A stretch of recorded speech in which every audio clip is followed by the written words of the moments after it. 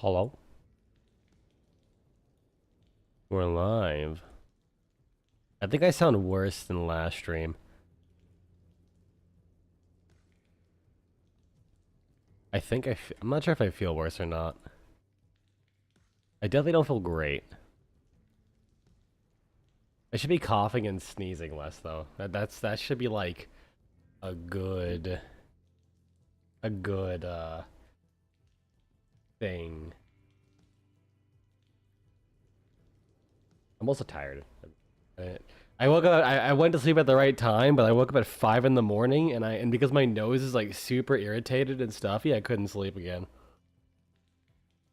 So like I just been drawing since like 5 in the morning, 6 in the morning. I also called out work tomorrow because I can't fucking go. I work in a goddamn hospital, and whatever I caught, some patients have already caught. So this is not gonna be very bueno. The shark is here. Hello, shark. I don't owe you any money. Don't you fucking come in here charging at the speed of 60 to 120 miles an hour. Cause you ain't getting shit.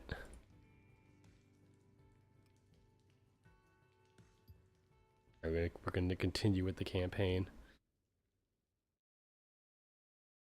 Okay. So I learned something the other day that I feel like I need to share with the world. I found out. So I've been like going on about Bobo for way too fucking long. Ever since I finished the anime. It also doesn't help that I have been just reading the manga as well. And it is fucking incredible still. I sound very exhausted. It's honestly mostly my nose being turbo mega stuffed. Like I am tired because I woke up at like 5 in the morning instead of... No, it was like 4 in the morning instead of 5. Yeah, I didn't think it would lower my voice that much. Like it's funny because I've been sick since like last Friday, and like it's so weird. Every day's been like a new symptom. Ow. You know what? Fuck you. Oh, they have guns. So do I. I also missed every shot. Okay, I guess hip firing doesn't work. There we go.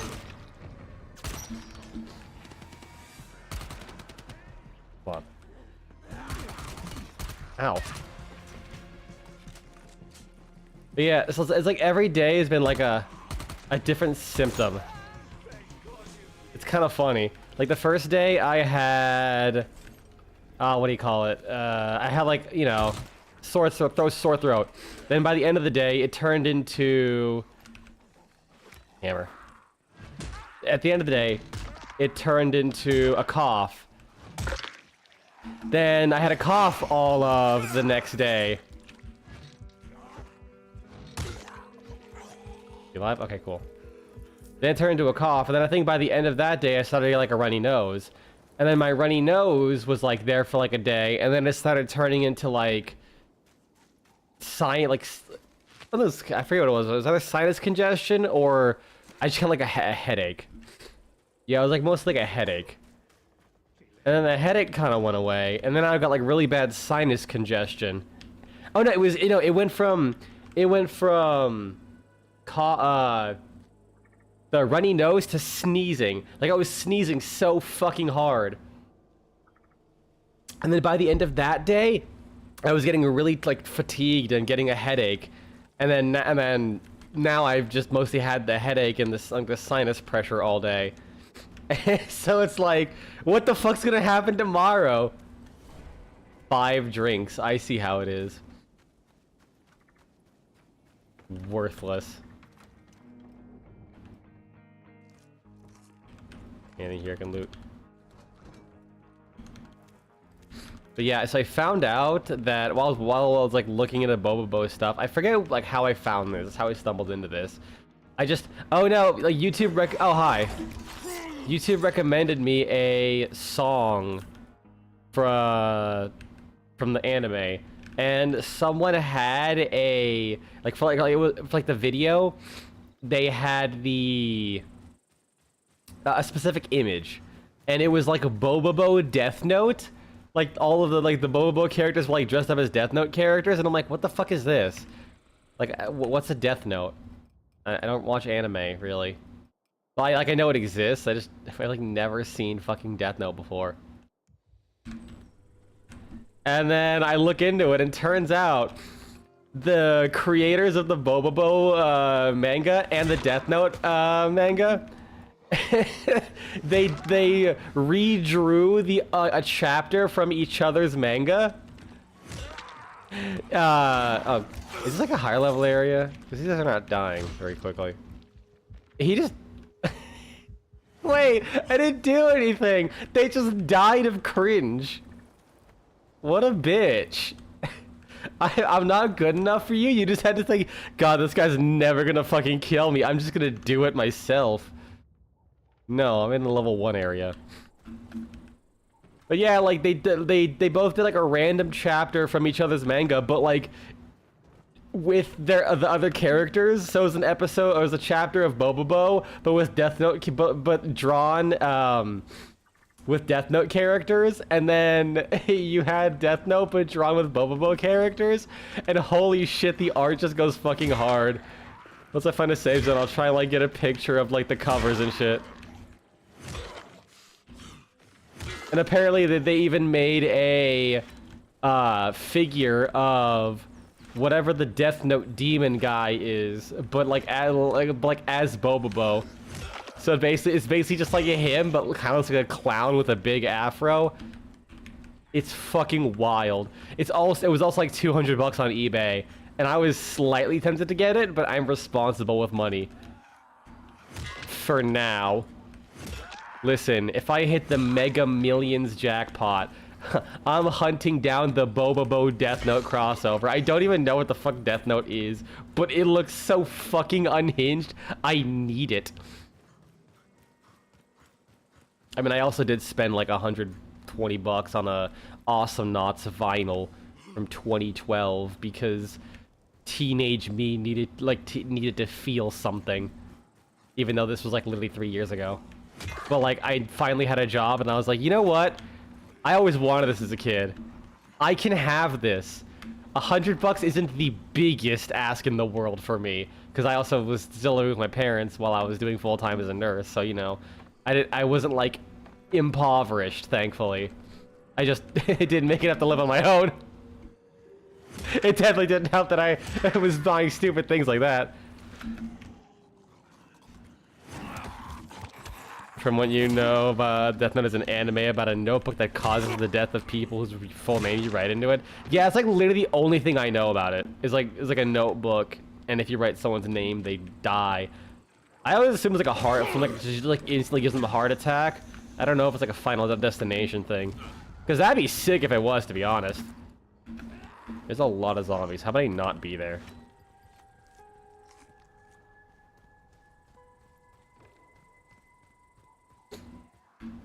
I got shot in the leg by a big and round cartridge by me. Why do you have to describe a bullet like that? Why you gotta call the cartridge big and round? I think it is more Final Destination. Ooh, I keep getting... I swear, I might be crazy, but I swear these zombies grab like way fucking more often.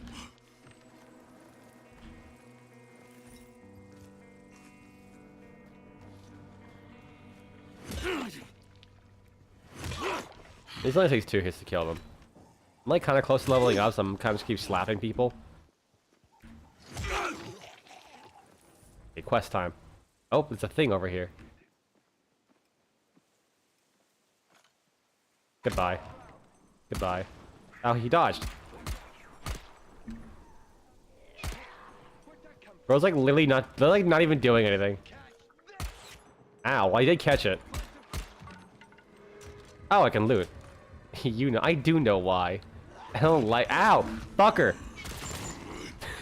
I just, fuck it.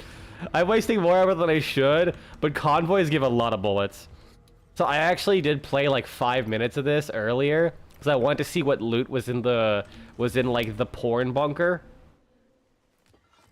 And turns out there actually was like nothing in there. It literally was just an enclosed room with a pinup magazine that had nudity on it, which really upset me because like they have a streamer mode that turns off nudity, but it was like nope, just flash and tits right there. I'm like, all right, whatever, man. Now I gotta be on the loose. Cause light's not the only thing that's gonna be dying as my channel if I look at the wrong poster. Dying light, more like dying copyright. Level up there. I got 2 skill points. Huh. That explains it. Why I leveled up and somehow. Oh, because these cost more than 1 later on. Ah, butt cheeks. I mean, I really don't care about any of these. Give him gas grenade. Maybe, I don't know. I mean, enemy jump, vault kick. Press space while running towards a staggered enemy to vault over. Say what? Oh, I have to vault over it first. I see that's what it's saying. Jump off enemies with dash. I think that'll be cool. I'm glad I have that. Alright. So then if I like run at an enemy and just go like space. Okay, yeah, that's... But wait, then if I do this... Ah, damn it!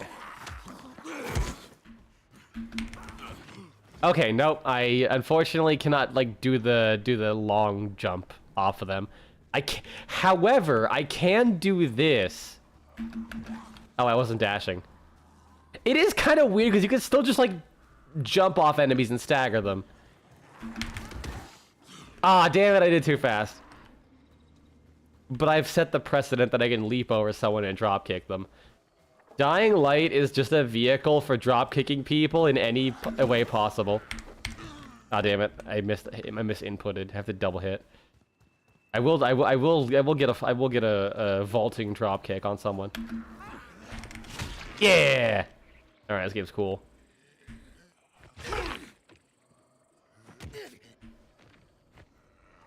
Are you still alive? Please die. Thank you, he died. Also, enemies are suddenly giving me more XP, even though I'm not in a high... Well, I am now, but I wasn't a second ago. Oh, quest is over there. Let me just not die. I could do that by jumping into the water. There we go.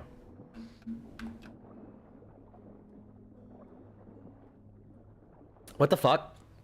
I just got jump scared by a Leica frame. Like, for some reason, a Leica frame just flashed on screen, and then just went away. You will go back to your Warframe grind. Shut the fuck up.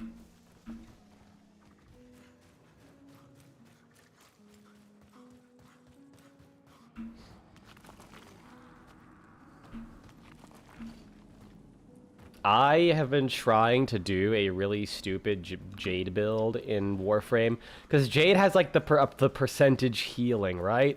So I was thinking, what if I stack every possible way of gaining flat HP, get like really high HP, use Eclipse for damage reduction on top of adaptation and shit like that, and health conversion for armor, get like 95% total damage reduction, like 3,000 health on Jade, and then just kind of like sit in a Light's Judgment orb and just constantly fire my Supra Vandal with like infinite ammo because I have primary crux.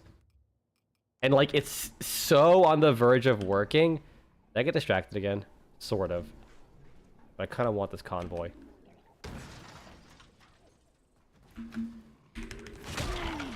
Like, so I'm using topaz shards, right?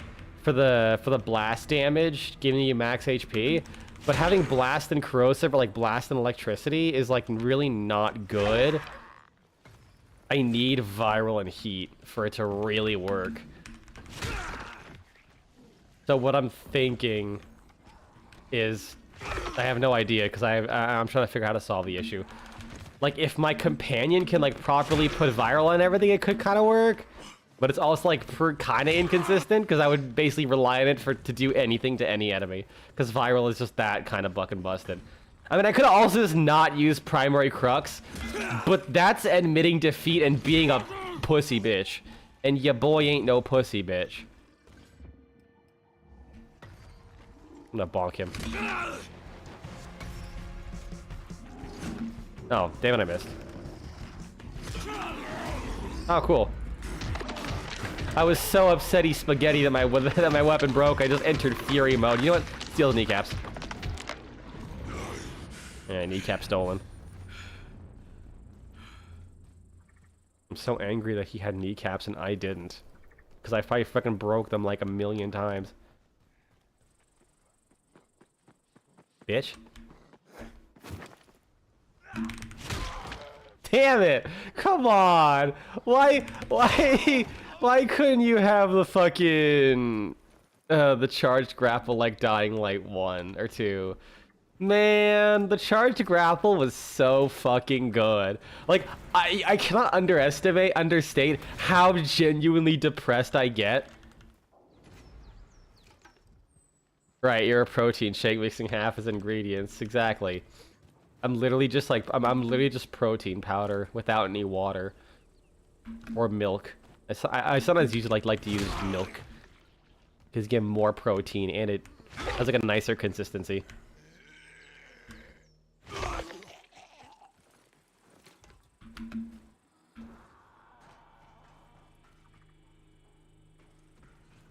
Let's see, we're going this way.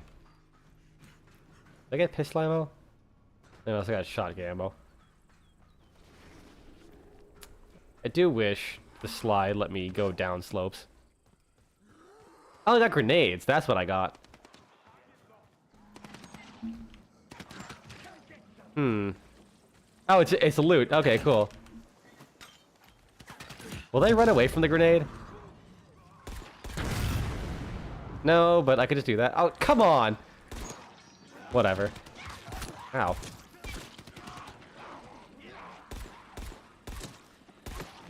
It does kind of feel weird there's literally no muzzle flash on the guns now that I'm thinking about it.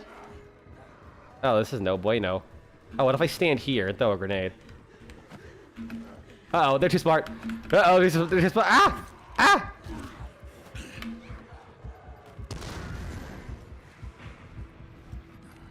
That worked. Okay, I thought there was one viral left. Okay, to be fair, Warframe slide actually does let you go down slopes. It's just like really... Oh, what the fuck? There's more of them. It's just really bad at it. Like, it has to be like a it has to be like a fairly steep slope. And even then, you don't really pick up momentum, you just kind of slightly move at a slow pace. It sucks. Because there was absolutely like many areas in Warframe where like, I would always... There we go, he's dead. That wasn't even a charged kick, he just died. Oh, that's a grenade. Come on, come near me. I am very much glad the headshots kill in one hit. Like that is the saving grace of fighting humans in these games. They've always been like, if you have a gun, they've always been super easy to dispatch. He dropped a grenade at his feet. What a dingbat. Ah, shit. Come on, get near me. You know what? He wasn't even in my line of sight, but I'll take it. I'll eat these.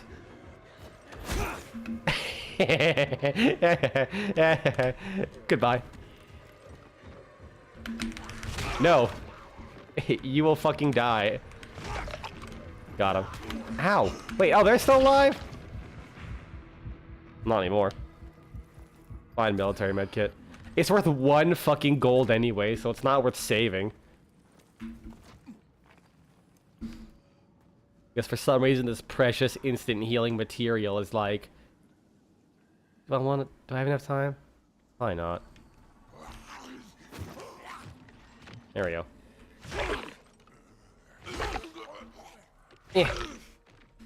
To this day, I'm still sad that Dying Light does not have a functional VR mode. Dying Light 1 actually has like an alpha build kind of thing, where you can actually play the game in a VR perspective, but like, it's basically just putting like the depth of VR on your screen, and like that's as far as it goes. Like the depth in your headset, everything else is still controlled by your mouse, including like every last little sway of movement that happens in this game, which is kind of insane because I have a pretty good stomach for VR, but that absolutely demolished me. I like how I've done very hard lockpicks and were way easier than this medium. Okay, rifle ammo, hell yeah. And I'll just scrap this, maybe? Weapon attacks at night? I forgot those like day and night modifiers.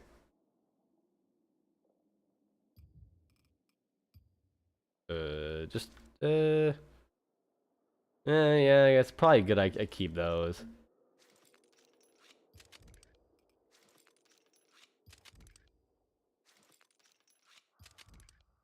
Damage to humans, stamina damage. I don't know what stamina damage does in the grand scheme of things.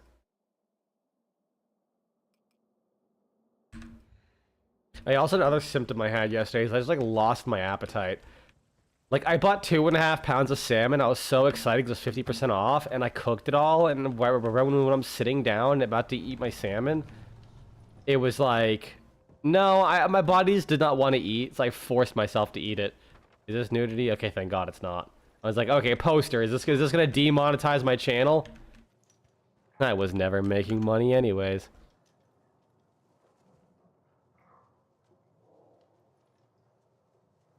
I forgot what message.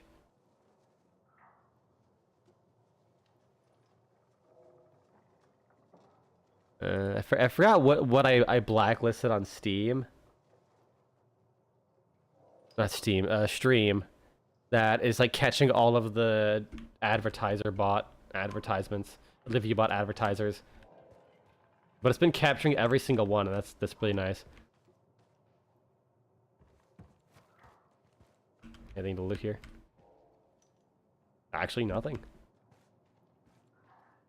I like how you can't even see your own reflection. You just see the light.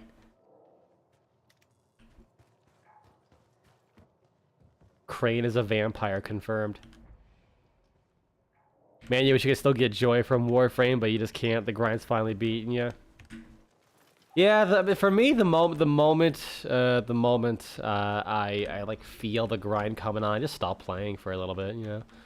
I'll come back next update probably. Like I just don't wanna. I don't feel like going back and getting burnt out in that game.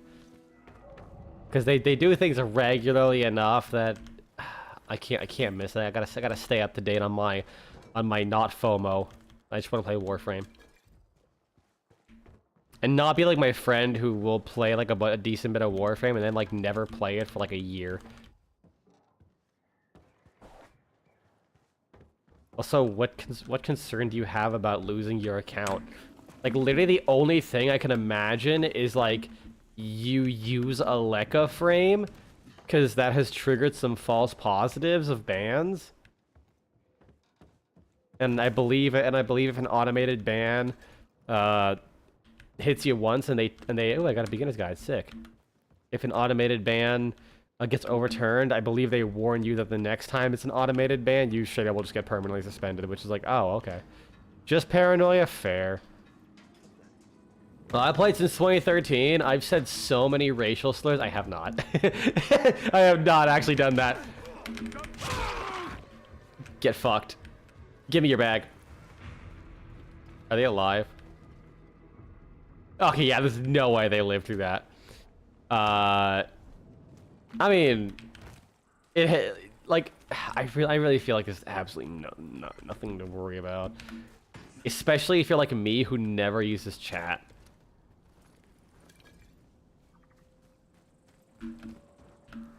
Like, so long as you have a working two-factor authentication so no one, like, can get into your account and do fucky stuff, you're fine. But I totally get it. Paranoia sucks ass. Dude, you have no idea, like, how much work paranoia I get all the time of, like, oh, did I do this one thing that's gonna come bite me in the ass a month down the line? I think that literally happened the other day, where I'm like, I discharged a patient who, like, removed their own IV, and I looked at their arm and there was nothing there, but because I didn't have that, like, because my muscle memory didn't activate with removing the IV, because I came in to remove it. I actually was going to remove it, and they said, oh, it's gone. I looked at their arm, I'm like, oh, yeah, it's gone, cool. Whenever the discharge got them out, and I was like, well, I didn't actively remove it, so my brain's thinking, what if I didn't? Because I've only ever... Because I only ever...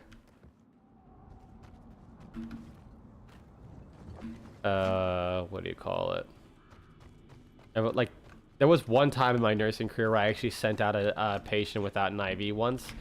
And that was, like, when I first started. It was, like, a crazy busy day. I was literally getting this patient out, and I shit you not, 9 p.m. I was still working at 9 fucking p.m. because it was that busy, and, you know, I'm a new nurse. In a place that, like, doesn't help you for jack shit. So, yeah, I'm gonna be late. Although, it was equally other people's fault, and not, like, in the hospital, but... So, the patient went to, like, a rehab, okay? I got pulled in, like, a month later, being like, hey, remember this person? Yeah, they still had an IV in them. And I said, what? Oh, God. And they said, I mean, yeah, they do better, but also... They only just found the IV after being in the rehab facility for a month and a half. Florida is a nightmare. If you ever go to Florida, I hope you don't have any healthcare needs, especially anything long-term care, because any long-term care and rehab facility is genuinely hell on earth.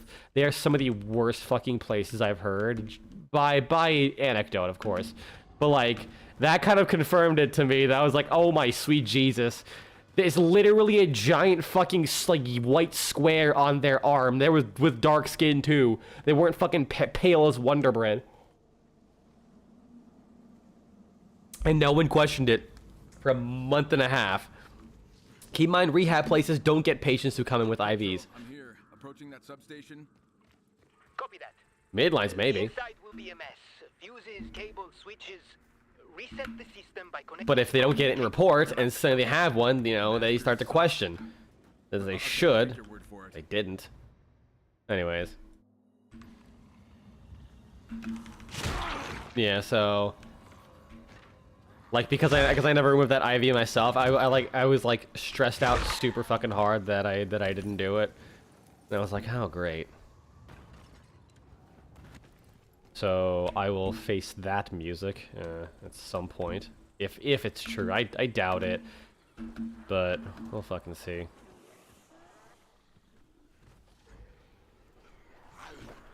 Find a way to restore power. Over here. It's not just chat or exploit-related stuff. It's also just a thought of what happens when DE and by extension Warframe shuts down. Oh, I see. I get that. I totally do. My perspective on that is, like, enjoy the time with the game that you have, because obviously a game like Warframe is like it will eventually come to an end, and we will have to deal with the fact that it will be unplayable, and we will lose all our like that should like anything that's online only will be like that, unless DE is like the most based company in the world. Unless they're the most base company in the world, and before they shut down, they make an offline mode. Because, like, honestly, by all accounts, like, most stuff in Warframe can be done, like, without internet. Like, if you're in mission, you can just keep playing if you want. It's literally, like just connect, like, sending mission details. Sending mission details. I wish I had a Molotov. And, like, switching arsenal stuff. Obviously, I'm sure there's more to it than that. I'm underselling it, no doubt. But... I will say one thing, I believe there actually is someone who has been cracking Warframe and rebuilding it so that it can be played offline. It's how a lot of people have been able to test stuff like really early. With like before it's even like in the game, pretty much. Like, you know, when a new Nightwave hits, and suddenly some like person with an anime profile picture has like, here's what this augment does or some shit. I think that's actually what they're doing. In fact, I believe that like offline client that's being like worked on in the shadows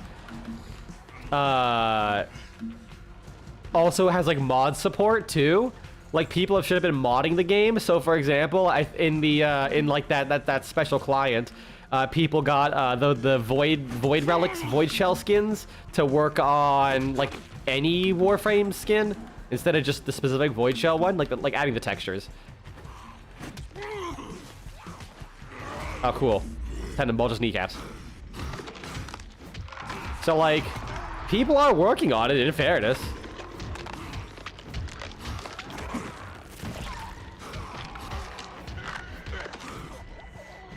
So there is at least some form of archival. Oh, cancel it early. I can keep it.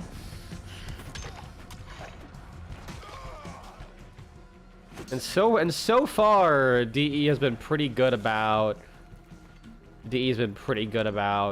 leaving things like that to... Where the fuck is this guy? Spinning on my ass. Oh, he's up there. Excuse me? Oh, fuck off, right.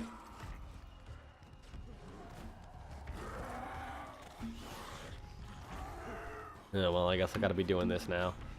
Hi. Hurry up, you little shit.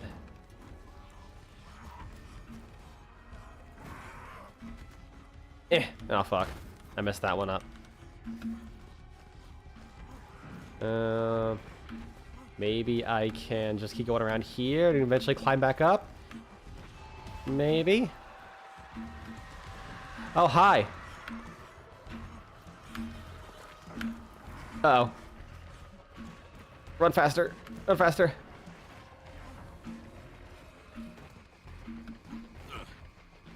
But yeah, they seem pretty good about not immediately going like, wait, you're making an offline thing that can be fully modded, so like people can basically get whatever they want, like infinite platinum credits, all the mods, all the stuff. It just kind of exists. I mean, people don't talk about it in public at all. I don't even know where to get it really, but I just know it exists because people have like posted stuff about it. It's just nice that it's a thing.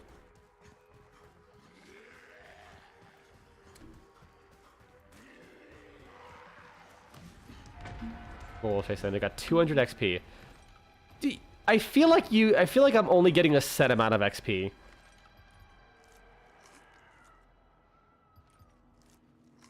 Like every time I do a chase, I always get 200 XP. Oh, hi. Like let's test that. Let's run around for like way less time. Wait, what if I stand like here? You know, go back and forth because like they can still see me. The chase hasn't ended. Yeah, you just get 200 XP for completing a chase no matter what. That's so stupid. I fucking hate this game. What's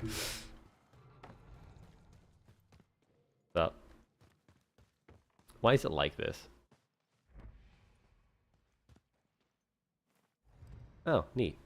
A treasure map. Oh, okay, this is cool. I like this a lot.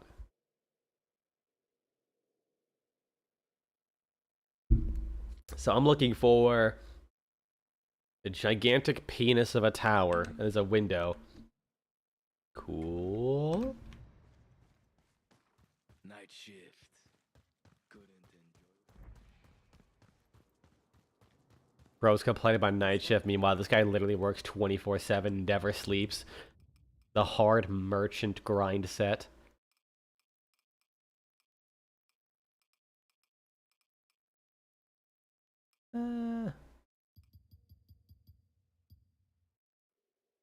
Yeah, that's not too bad. Buy that. Yeah, you can repair the skullcracker.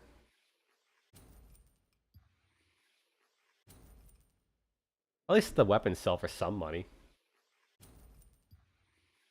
If I did, because if I dismantle that, I can get gun parts. Damn it! I keep hitting X to dismantle for some reason. Oh, that's one I had equipped.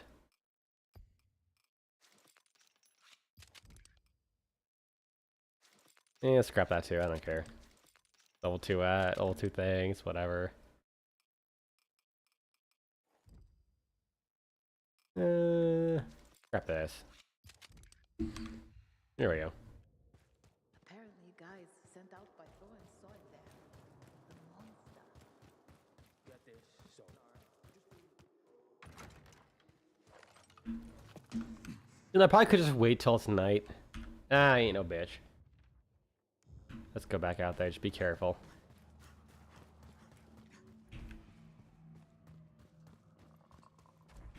Oh, I think I saw a volatile run by. Yep, there we go. Turn off.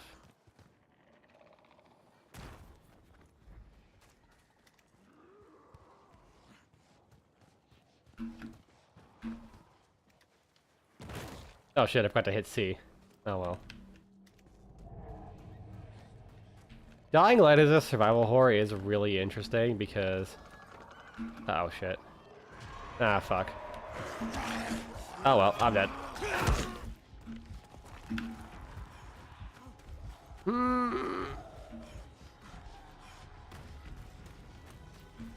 Okay, here we go. I have some ledges to work with. Whoa. You know what? Heal. There we go. That should be good.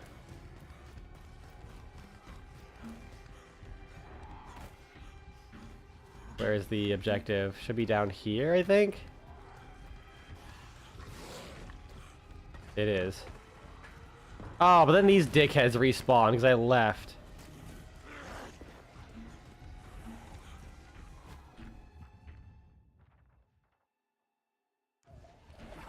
Yeah.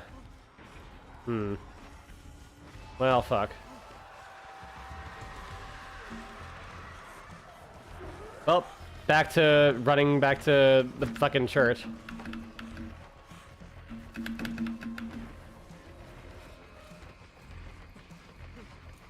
Thank God for infinite stamina! Honestly, I will say the infinite stamina, in a way, made it way less tense. Cause like... oh fuck. Having to deal with your regular sprint just not being available sometimes is definitely nerve-wracking. I don't know, it could either be that or like volatiles in general might just be less dangerous in this game. There's definitely something different. Gotta figure out how to convert those models to other games like New Vegas. Warframes or oh shit. I know someone of that for Elder Scrolls, Skyrim. There's like a bunch of oh fuck. There's a bunch of Warframes that you can use in Skyrim. I think it's only Legendary Edition. Oh right, hold on, sorry. I don't know why YouTube defaults to top chat and then just sometimes cuts off your messages. Sorry, yeah, that sounds promising. Better than your idea of getting some porn models of the frames, censoring them and then mod them into various games. Which is funny because as I mentioned about the Skyrim mods, I'm pretty sure like the person who ported the Warframe models into Skyrim specifically did so he can rig them to have a really fat ass cheeks. Like their whole, I was like looking for Warframe models. I'm like, cool, these look good. And then I look, and it's all posts of, like, Garuda with, like, fucking galactic-sized dumpies and, like, triple Z breast cups. And, like... Like, they don't come like from what I saw in the models, they don't look like that by default. They take whatever your body shape is in Skyrim. But, like, that was how I found out that they have those as models. Fucking slayed me. I was like, yeah. Whoop! Faster! Come on, help regenerate. If I get shot once, I'm dead. Because I know there's the spitting ones now.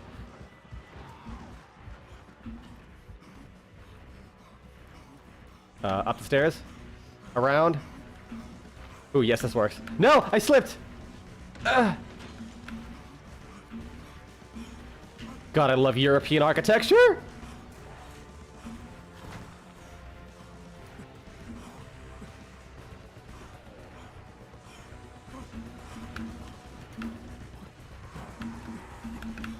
Ah, damn it.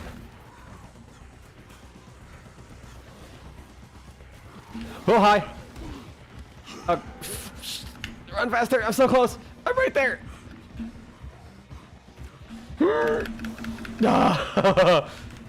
Open door. Also, I think it's because the volatiles are just weaker, since in the first game you can get infinite parkour stamina and it was still tense. Yeah, like, every game changes how they work. So, like the first game, I do think they were generally very tense.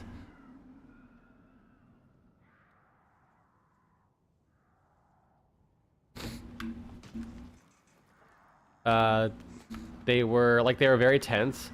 I don't recall doing them too much, in all honesty, just because I guess I just didn't, I still never felt, even with the double XP and all that stuff, I still never felt that worth it to, like, waste the time going out at night. Because all of your objectives pretty much get screwed up by being during the day. I need to fucking, you know what, like right now, like, I can't do the objective because I always end up running to some kind of volatile. It might, maybe there was just less volatiles, but they were, actually, wait, no, I did do a fair amount of volatile hunting. Yeah, it still kind of was tense. Although maybe not with infinite stamina. I think for me it was mostly tense because of the limited stamina.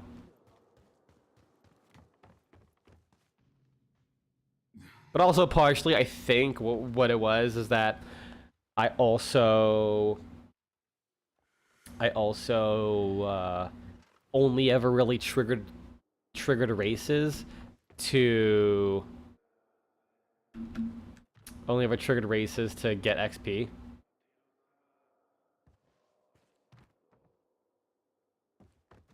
So maybe that's why they weren't as bad. But, like, Dying Light 2 was definitely annoying. They were everywhere. They made way less noise, and then genuinely, in all of my time, I wish I had a clip. I think I might have had the clip out there somewhere. Not, like, on stream, but when I was getting video footage for my video, I triggered a chase, and I was in a building. There were none of them. There were no volatiles nearby. Absolutely none. I was literally hiding inside of, like, a ceiling for, like, several minutes. Nothing. There was no enemies, no virals, no biters. And then I'm sitting there. The chase is never turning off. Period. And then all of a sudden, a viral shows up, or a volatile, and I have to start running again. Like, you just could not end chases in that game. What's this? What the hell? You saw that, right? Just flash green. Like someone's tactical insurgents was there, and they were about to respawn.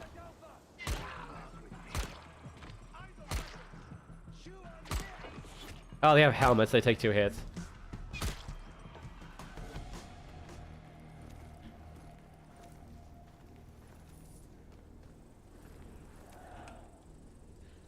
Team, you think you were creative putting them over the Gamora models?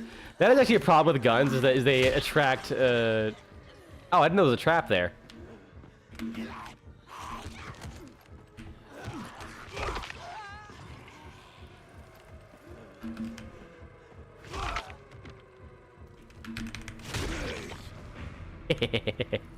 Love this game.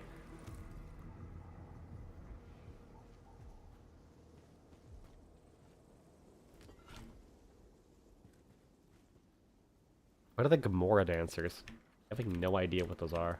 I've also like not played New Vegas like extensively in 10 plus years.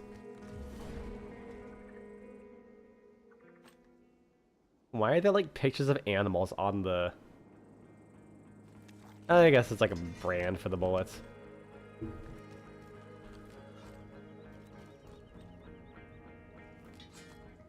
Alright, was I get rifle ammo? I really hope it was rifle ammo. It was not. What did I get? It wasn't handgun ammo, was it? Yeah, it doesn't matter. I got bullets. That's all I care about.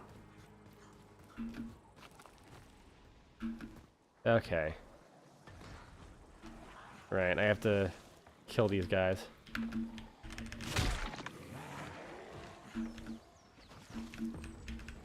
You better not fucking spit on me while I'm climbing. That's it, you're dead.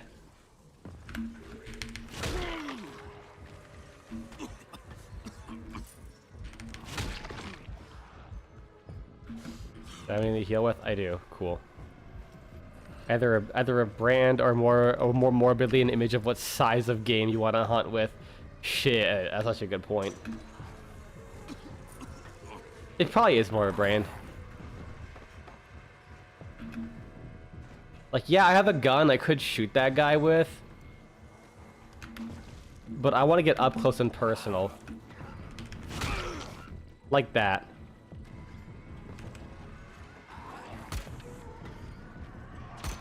There we go. That said, I really wish I could throw my weapons in this game. That's a nice feature that's been like every game except for this one apparently. Hold on, I'm getting messages real quick. Just wanna.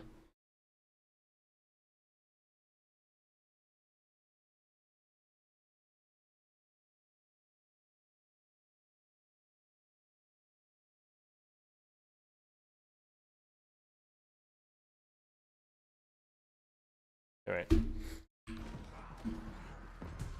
I'm gonna climb up onto this thing and then just make some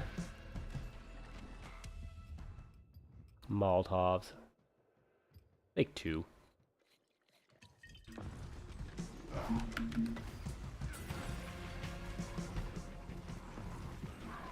Yes, get caught on fire. Oh, guys, on fire. Ow, I'm on fire now.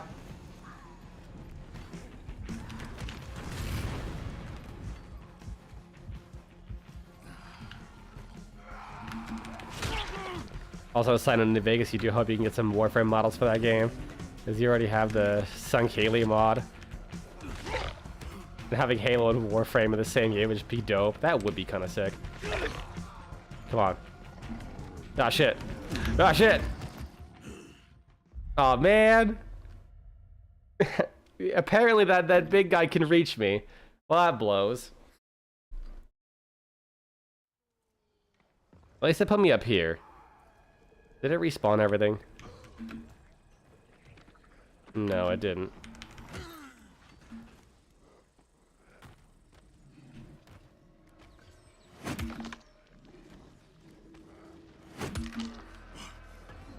I probably should have done that. Oh, cool, I stopped staying on the left.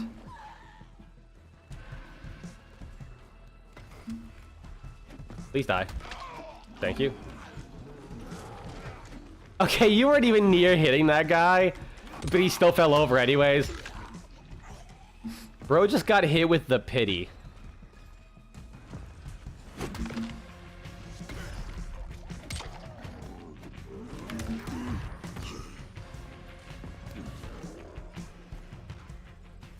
You don't know how it looks now, but back when you got it, it was the only Helium mod for Fallout. And it replaced the model of probably one of the most fitting companions of the game. It probably does look jank, to be honest.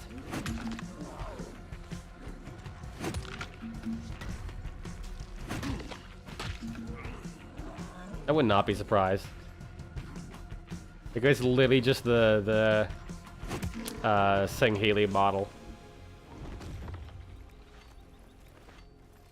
Like, but like, it probably looks like really glossy or like really flat, one of the two. Like no in between and things like that. Unless they put in like a metric shitload of effort. Not any more jank than regular New Vegas. You know what? Fair enough. That's actually a good point. It can't look out of place if the entire game already looks out of place with itself. Fine, I can't get in there that way. Oh, that's what I had to do.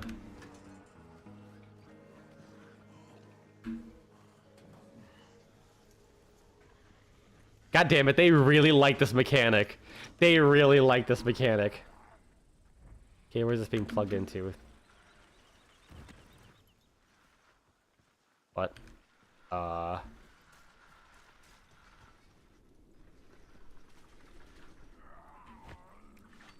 do I... Oh, am I getting in from the top? Okay, I must be. Yeah, there we go. Sing Healy Grandma.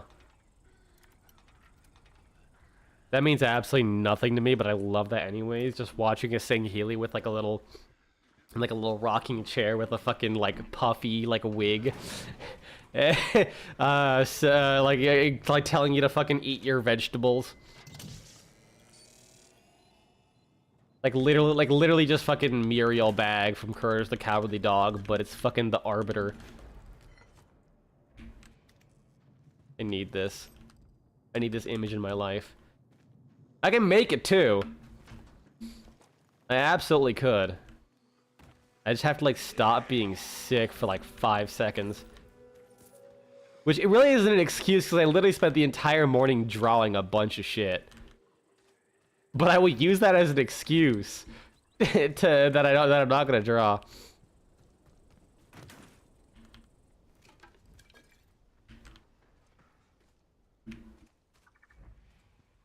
Alright, anything else to loot? Oh, I forgot to turn everything on. Apparently, it doesn't happen automatically. Who'd have thunk it? Why did you have to just jork the generator open? Thanks for taking What the fuck? What I do? I was fully expecting him to say, crap, it's not working. I gotta find another solution. For your help. Come by to see me. This giant fuck off alien calling you her little grandkid is so fucking adorable. It does sound pretty great. Gigantic, extremely intimidating people. You didn't buy the beast, so you're gonna watch this? Well, you've come to the right place. I'm glad I could provide a service. Also, hey, how's it going? Me? I'm sick. I've been sick the last week because of something going around the hospital at work. So that's fun. Really? And the best part is I got sick right when this game came out. So it's just immersion, it's just immersion. I'm slowly turning into a volatile. Slowly. It'll probably happen sooner rather than later because I never go outside, so like, you know, no UVs to inhibit my transformation. Oh, god damn it. Your boy forgot to clear space on his hard drive again. I had all this free time and I literally didn't do that one thing.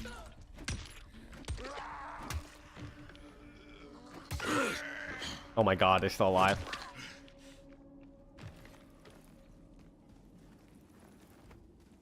I'll let this stream slide. Honestly, I feel like I don't actually get that much footage off of my streams.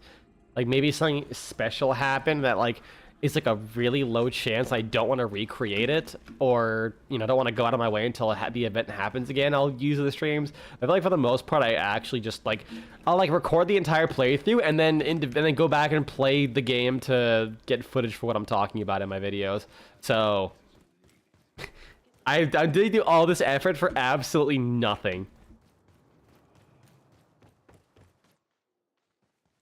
I put sockets in it to anything? You know what? I'll upgrade this blueprint. Why the fuck not?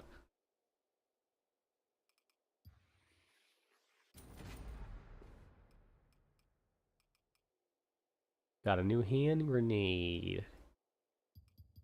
Let's make a couple more of these things. When you take her with you on an adventure and she rushes down enemies with a greatsword made out of a helicopter rotor, what the fuck? Yeah, I love super big and intimidating characters who are like unbelievably sweet. Weapon. I know. Oh, you craft mods directly from your inventory. I could probably upgrade the goose. Yeah, let's repair this. Okay, and then I can put 2 things on here. Flame tip, venom tip. The flame is like way better, it looks like. Fire on crit. Actually, I think that might be better. If I can get that to proc, it does like a 200 damage. Yeah, 200 damage total. And then this is like 120 damage total. Does it faster though? Yeah, let's go with this one. We'll see how it plays out.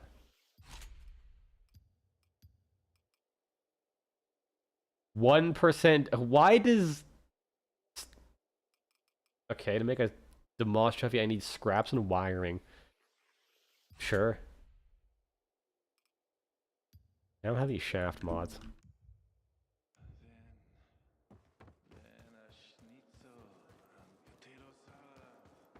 Get this. So, Wiener schnitzel or Wiener schnitzel and potato salad. Yeah, that actually sounds good. Because I only learned. I mean, maybe I'm getting it wrong, missing with something else. But I learned that Wiener schnitzel is like literally just a super thin, like basically a deep fried patty of chicken. I'm like, it's basically just like an American chicken sandwich without the bread. And I'm like, yeah, no, that's actually pretty good. Damn it. Okay, maybe I can. You know what? I'm gonna see if I can find that. So I'm looking for a tower. That looks like it. Okay, that's a tower.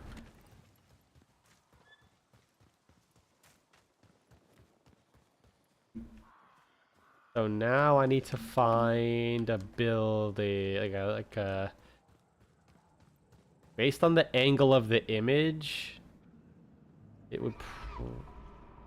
I don't like that noise. Don't make that noise again at me, please. Uh-oh. Well, I guess we're going this way now.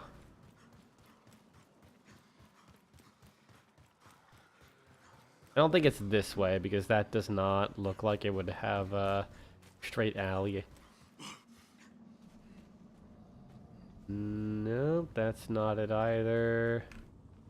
It supposedly has like a drape flowing from the window. Oh, it's apparently a safe house. Well, don't mind if I do. Oh, look at that treasure map again. How do I get up there? Can I climb up these? Ah, cool, I can. Tokyo Extreme Racing release today? What is that? Like, it sounds familiar. I'm not sure where I've heard of it. Oh. Don't you try your fucking jump scare bullshit on me, please?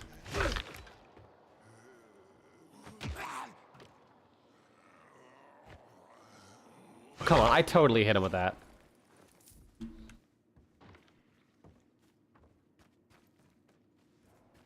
Where am I going? Up here?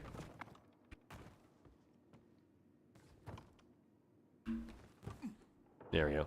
Okay. I lied slightly when I said I didn't have much of a cough. I still have a teeny weeny bit of a cough. Essentially just Need for Speed in Tokyo. Ooh. Need for Speed's pretty cool. Even though I'm not too big of a racing game kind of guy.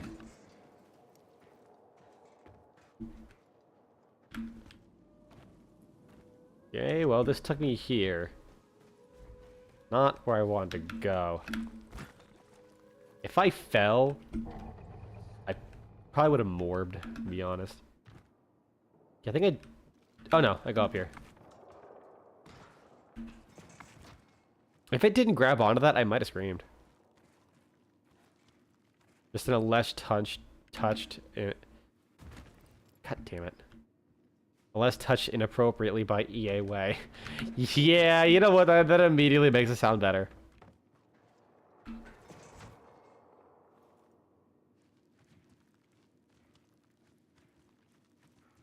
Alright. Now, will you properly behave? Thank you. Jump to that. I guess not. Why? Why do you like this game?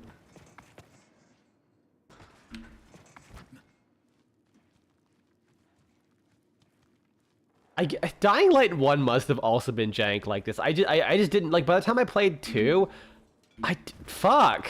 I did not remember the parkour being so like touchy. But it was also like quite a few years since I played the first game. And admittedly, by the time you beat the game, you've used the grappling hook for a while, which kind of did skip parkour. Okay, there we go. I jump over there, grab that. Okay, that works. I jump over there, grab that. Okay, that's working. There we go, parkour. Eventually. Hold on, I wonder if I can, if the bug from Dying Light 2 still exists. Like, get behind here. Nah, they fixed it. If you were like on this side and you hit like turn on, you would like be pulling nothing from this side. It was so fucking funny. Oh, maybe I can still get it to trigger. Out of sheer curiosity. Nah, damn it. No, that's actually fixed.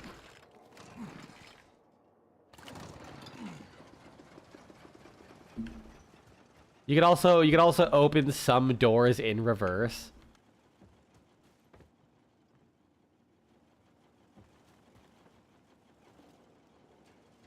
And the animation would also just break like a motherfucker as well. So how am I getting up there? I feel like there's gotta be more to this. No. What if I climb up on this thing? I don't think that's intended. No? No.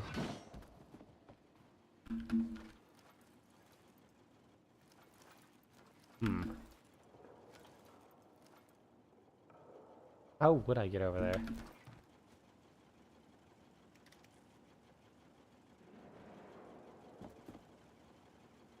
It seems they're streaming and talk. Wait, is there a dev stream today? Hold on, what? Am I crazy?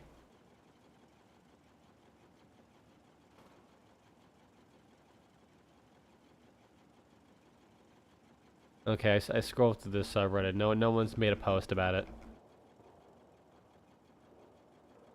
Oh, is it like their dev short or something? I thought this was on Friday. It's not on Friday, it's Thursday. Huh. Well, shit. We're stuck here. Just like I'm actually stuck here. What? How the fuck do I get up there? Do I get up there?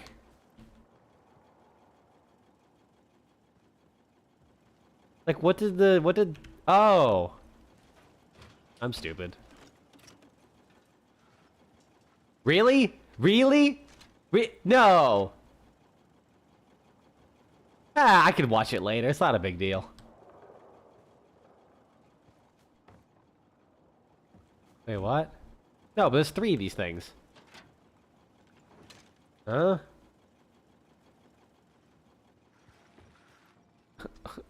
Am I just finding out which one does what? Oh, I'm like making it go to the right position.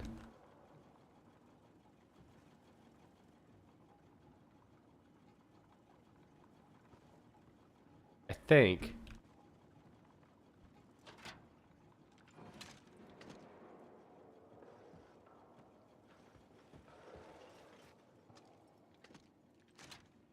You know, I should have suspected something when I saw a lot of memes about Oberon being posted today.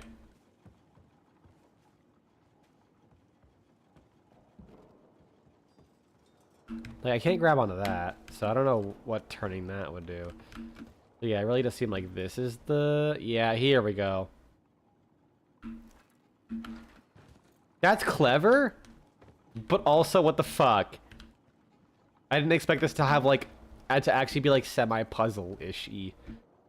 Am I jumping at the wrong time? I might be.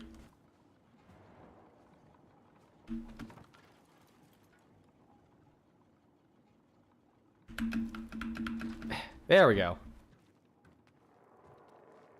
Please have a grappling hook or like something to get to the top after I'm done with this. I really don't want to... There we go. I really don't want to... Oh, hi, zombies. Just gonna...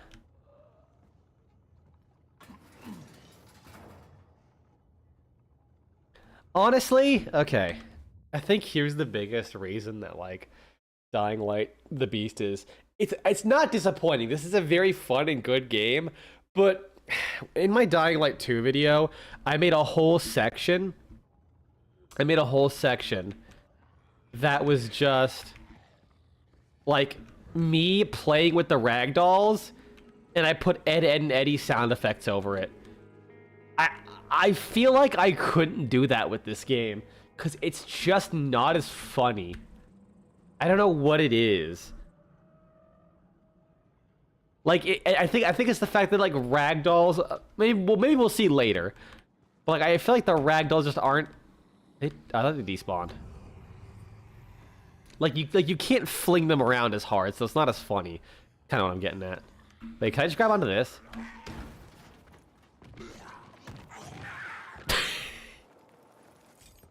I mean, that was technically the end goal, yeah.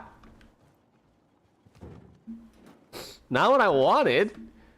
Not my intended way of doing it, but I did it.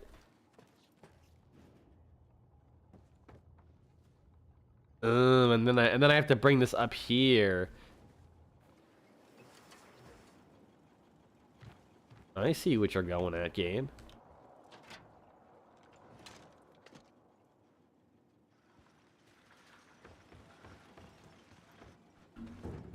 The Moa statue. Like the tiny one, or the like the giant one? I think they have a big one, as well as a small one. I forget which one you're referring to.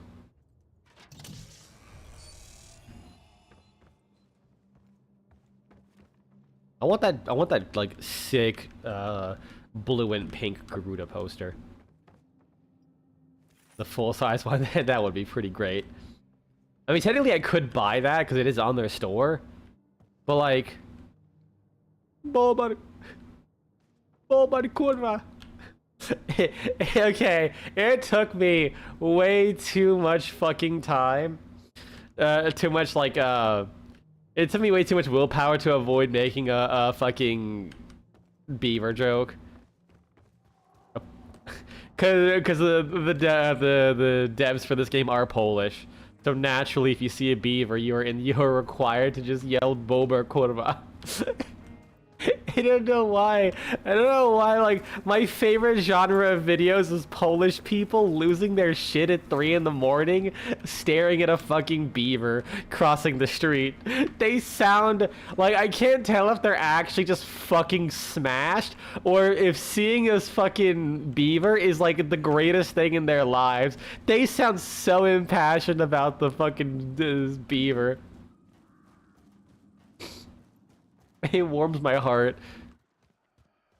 Find someone who loves you as much as this random Polish guy loves the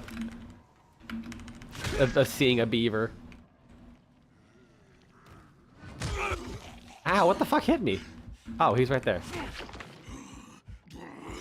I think my Polish friend explained it that, like, Odds are they are shit-faced drunk and still chugging more. Yeah, I think I have a couple. I know way too many Polish people.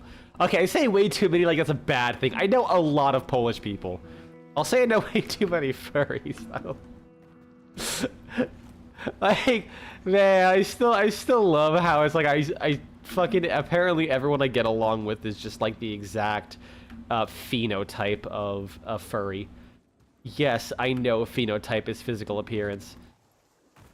Do you know how many fucking femboy programmer sock wearing IT specialists that are furries that I know? Like half of them. Okay, I'm not joking here. When I'll be you know, minding my own business, and then another friend will announce that they got compression stockings, and I say, I forget, you work in IT, right? And they say yes. And I'm like, God damn it, another one.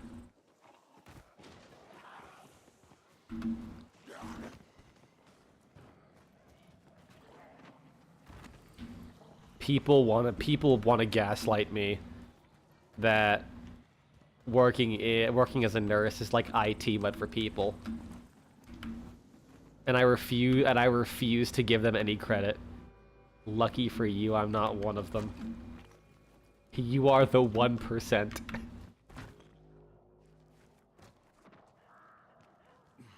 You know, like two Polish people. I know. Let's see. Like one of my best friends is Polish.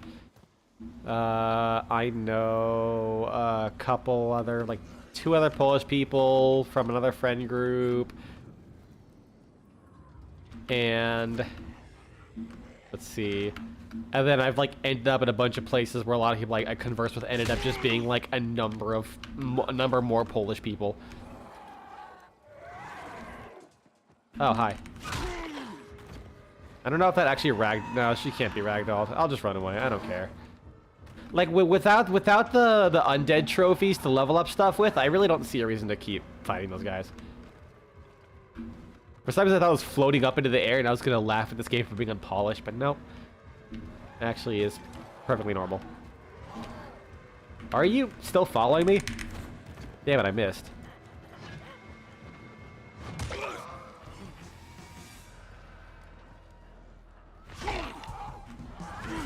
Damn it.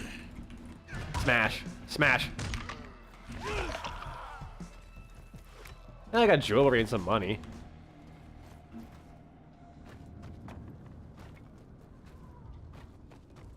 I know. I think most people I still know are from America, and yeah, I know like 5 Polish people, 2 French people.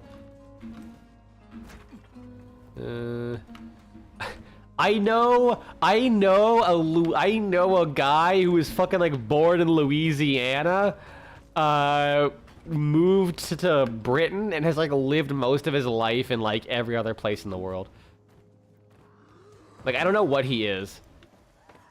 Like I can't call him British because technically he's born in Louisiana. Like I think lived most of his life in Canada. I can't call him Canadian because he also hasn't like he still lived most of his like only a good chunk of his life in Canada. He's just an anomaly. He's everything. I don't trust him. If I had kids, I wouldn't trust. Like he would probably turn my kids into a water cooled PC if I left them alone with him. It'd be really fucking funny if he was in chat right now. I would actually shit myself laughing. Oh yeah. I think it was during TennoCon. I think they shut off the Konkura TennoGen skin. Where the fuck am I going actually? I hear ya. It really is nice to see that TennoGen, not TennoGen, that Zephyr skin finally make it into the game. Where they were like working on it for so many fucking years, and then they're just like, yeah, and in honor of like one of the guys, I think it was Minky who was designing it, or someone else, and it was like inspired by Minky's design. Like, yeah, in honor of Minky who passed away from cancer, we're giving this away for free. Like, that is honestly, like, God, I fucking love Digital Extremes. How are they this fucking based?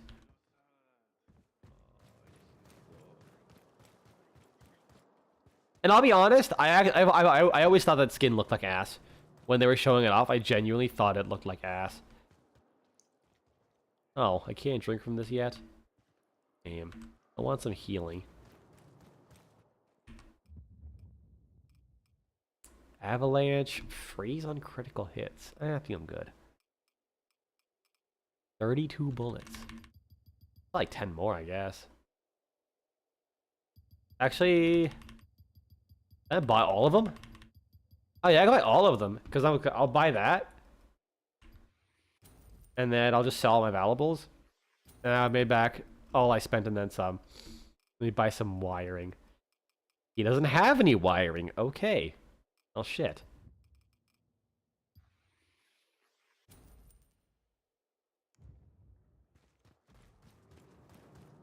Yeah, I know a couple Germans too.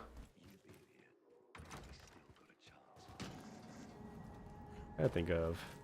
I know a Mexican. I know a guy from Venezuela.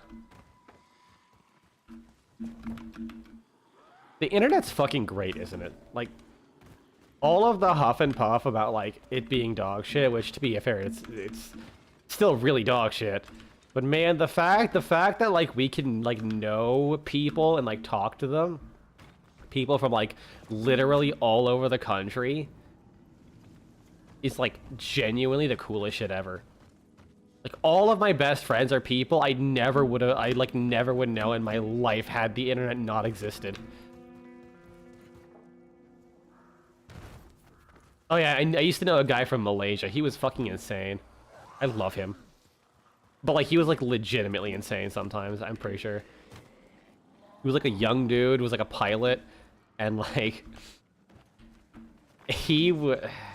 one time, so he was a pilot. One time he bribed an Ubisoft artist who was on his flight by bumping him up to first class in exchange for designing a Warframe clan logo for us. I shit you not. Assuming what he said is true, and I choose to believe him because my life is more interesting if this is true. And so he made a Warframe clan logo from us that was designed by an actual fucking Ubisoft, like Ubisoft lead artist. And it was like, and it was like designed as like based off of something edgy that like the old clan leader had. And then he saw some Russians stole the fucking like clan logo for our clan logo for their clan thing. He spent like way too long trying to talk to an NPC. Spent way too long trying to figure out how to like stop people from like copying the image off the website. And then later he trademarked it as a brand. And he specifically made it a medical brand because he said, and I quote, it was the cheapest option. I don't know if that's legal because I think Warframe Clan is like the furthest away from you know medicine medical possible. Unless then again, if profit numbs the feeling, then Alad V could really get into the narcotics game by just dropping hella dollar on people. Excuse me. Anyways, so he wanted me to like threaten legal action to a bunch of random Russian Warframe players and attempts to serve them legal papers over the internet. And I'm like, what? I went with it because I said, fuck it, why not? And obviously they just ignored us because they're in fucking Russia.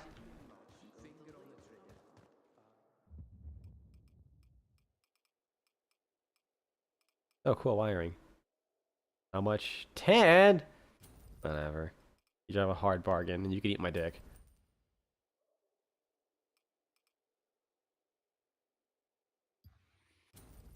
What else? And these for boosters.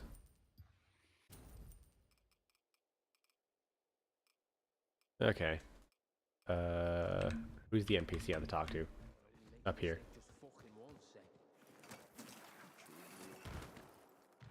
He was certainly an interesting person. I did have to deal with him when he had his midlife crisis, I guess, because like randomly he like disappeared for 6 months. Was like, hey man, how's it going? I'm like reporting from like my top floor penthouse suite in this hotel, and I'm like, cool. I mean, he's a pilot, he makes money. And I'm like, yeah, I got divorced. Oh, that's porn. So you're Pietro. Now I can put a face to the voice. Thanks, Kyle.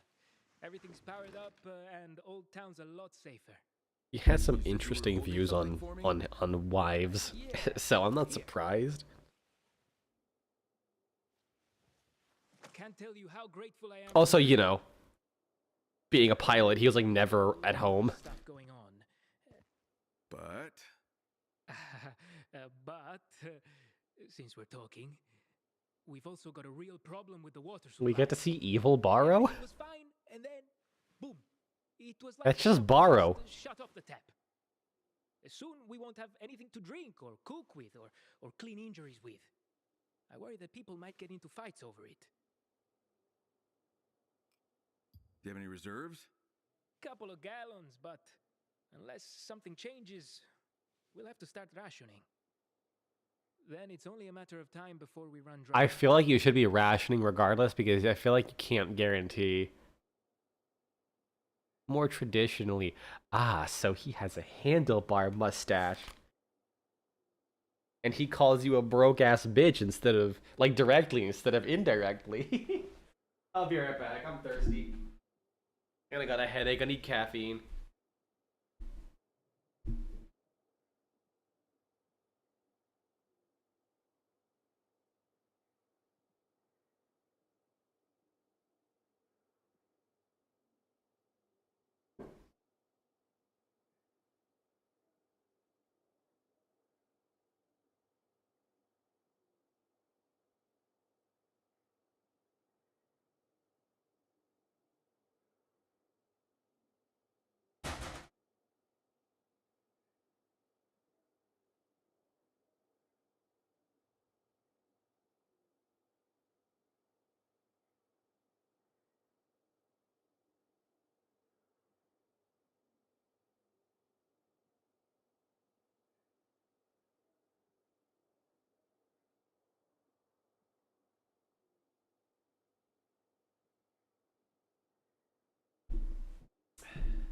Back.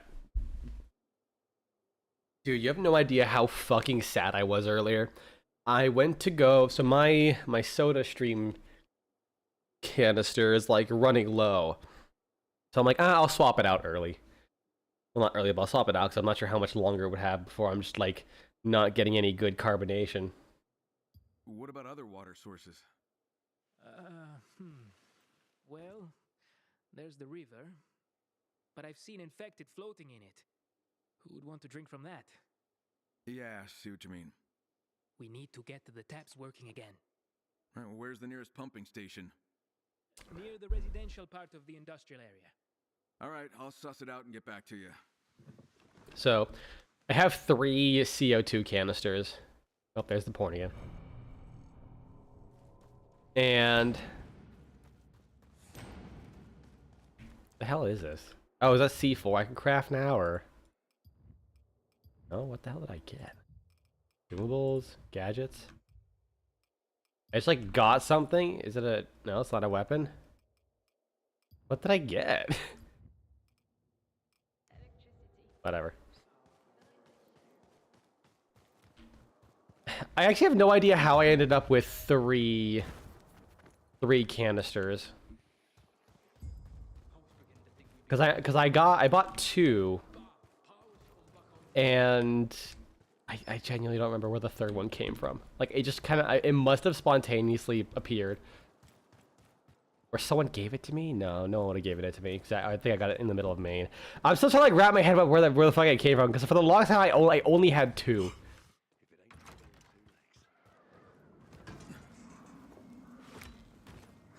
Anyways, so I pull out the third canister I have. It still has the wrapper on it. And everything, so it like hadn't been used, period. I hook it up, and like there's like no air in it. I literally bought a bottle of air with no air. I actually got fucking scammed. Like, from what I can tell, it seems like the bottle itself might be like a little busted. But like there was like a tiny bit of air left, but all of it pretty much came out the moment I checked for it, and it had like 2 seconds of like no pressure air left. So shit. Like, I have to like leave, like I have to leave the house later and get more canisters. I was hoping I could have like another month and a half before I needed to find out where to turn these things in.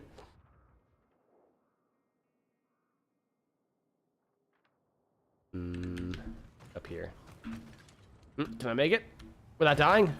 Hell yeah. I don't know how rolling will stop you from shattering your everything at this height, but you know what? It's Kyle motherfucking Crane. Dude is jacked up on gorillas stealing bananas. That fucking GSB hitting hard.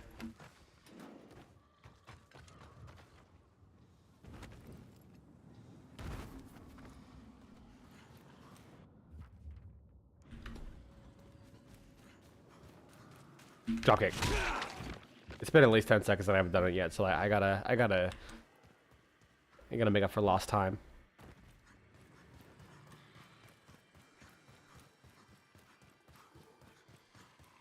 I do love how this feels. Although the head mount might be a little bit too much on the dash.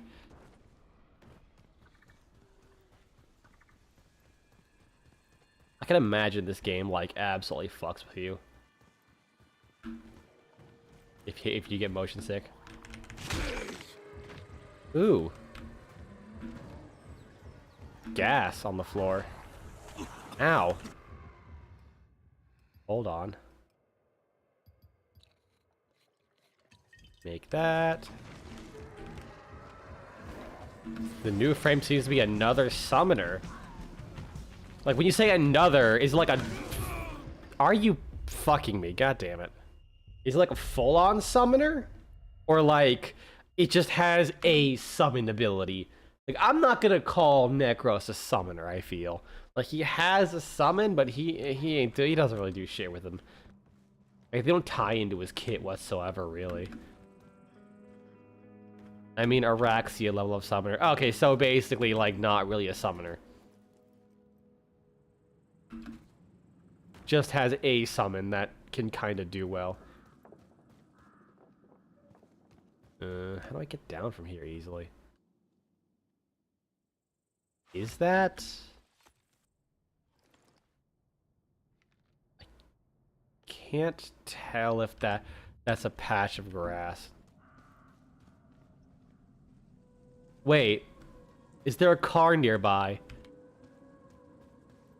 Because I'm pretty sure... Oh, I could just do this.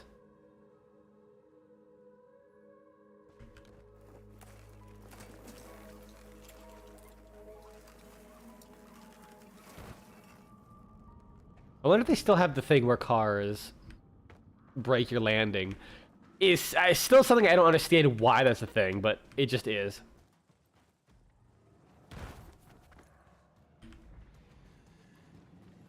You know what? Car. How much fuel is in here?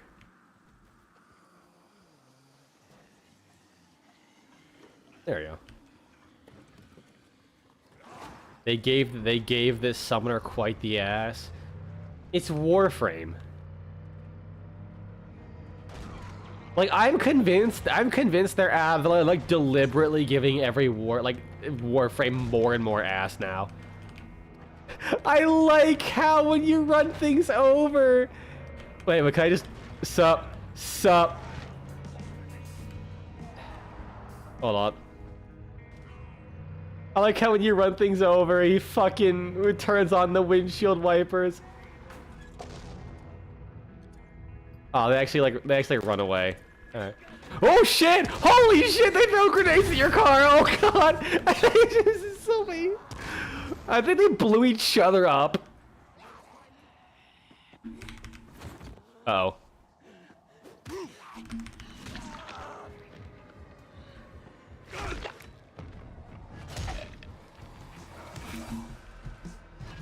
Oh, his summons. I feel like that point still stands in a way. Like they just want to put ass somewhere. You know what? That's a great excuse. Every Warframe is a summoner now, so that way even if it's a male, they can have like female summons and just give them rockin' ass cheeks. We're gonna enter the era of ass soon in Warframe, like we've never seen it before. Rebecca has only been encouraged.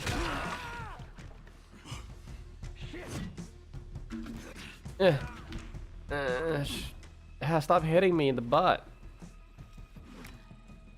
I'm trying to run away from you. Wying light the the Weast. I was trying to see if I can use a Weast somewhere in the title. I couldn't think of anything with the Weast.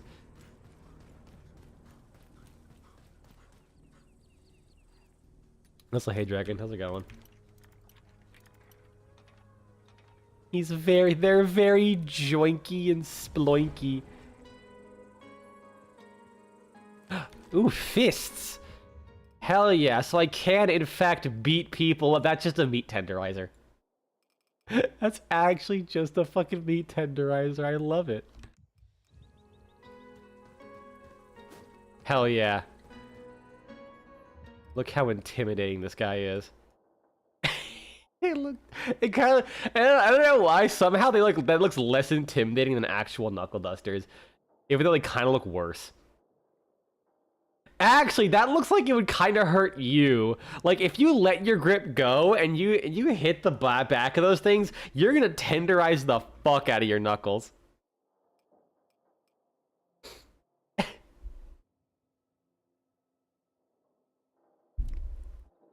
Yeah, there's like literally just meat tenderizer knuckles. Terraria flesh knuckles. I'm sad the flesh knuckle in Terraria isn't a melee weapon. It like literally just make it like the feathered bagnax, except that while you have it out, it's like even shorter range, but you have increased defense, so you can like get near things. Get fucked. Yeah! That did like no damage because he has armor, but I don't care.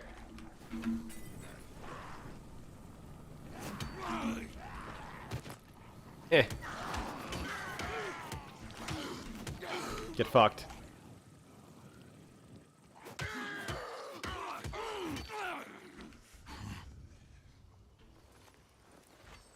I do like how you described his animations as joinky and sploinky. Yet another new recourse? Oh, resource. I mean, that's gonna keep happening, let's be real.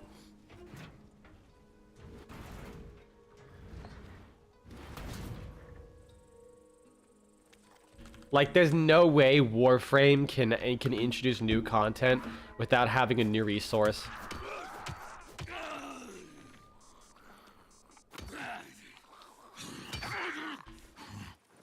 Cause like anyone who's like played before this update will immediately be able to get the new content.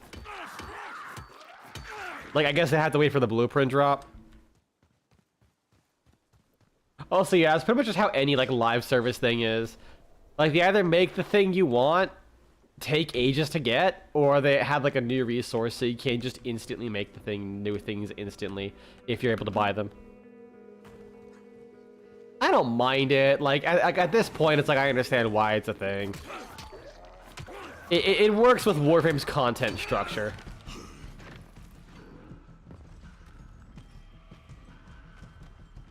Dropkick. Beat him up. Beat him up. Shit.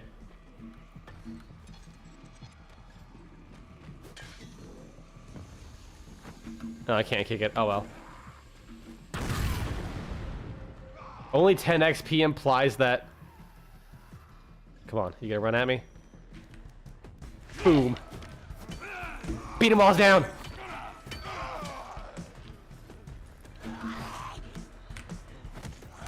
Uh-oh. Oh, cool, beast mode. Alright, get the fuck over here. Hold on, where's the thick boy over here? There you are. Give me your knees! Don't you fucking slap me. That did a lot of damage, though. Ouch. Okay, let me just not be near that guy again.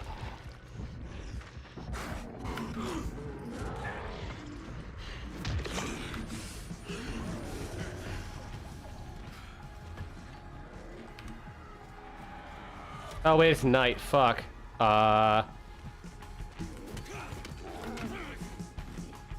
I kill this guy quickly?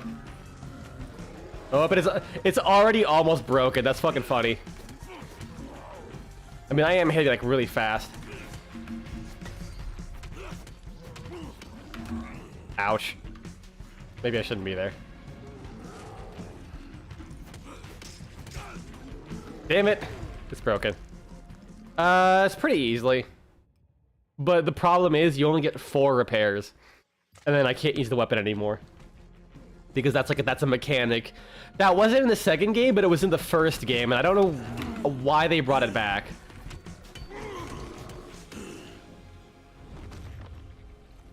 Like, okay, I don't mind weapons that are temporarily repaired, like only temporarily.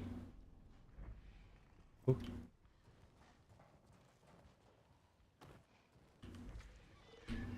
I don't mind weapons that are only temporarily usable. The problem is when... Oh, God.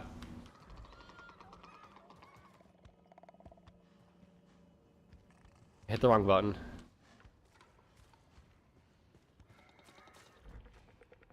Come on, leave! Uh-oh.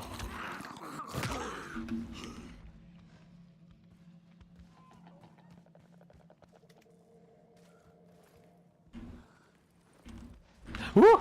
Shit! Ah! I'm out. Peace. Oh, I'm so fucked.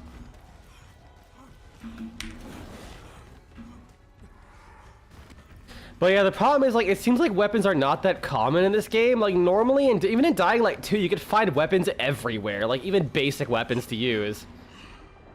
But in this game... Oh, shit, there's one guy waiting for me. If I go underwater. It's like, it's between the fact that weapons are like not common and you can upgrade them. So you can spend a decent amount of resources on a good weapon and it'll just eventually break. It just kind of feels bad at the end of the day. Like, I don't hate the idea. Especially more so in this game because you can actually specialize too. Excuse me? He got cold from being underwater at night. He got the sniffles. He's like me for real, motherfucker. bro is hitting the sneeze core. Oh god. Yeah, no, I'm dead. Back off. There's nothing to parkour on. Whatever.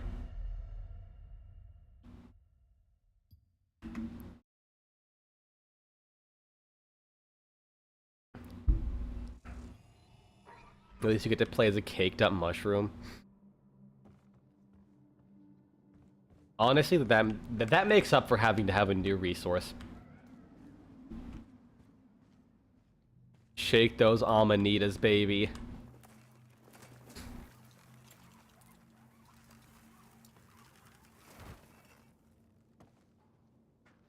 Oh yeah, right.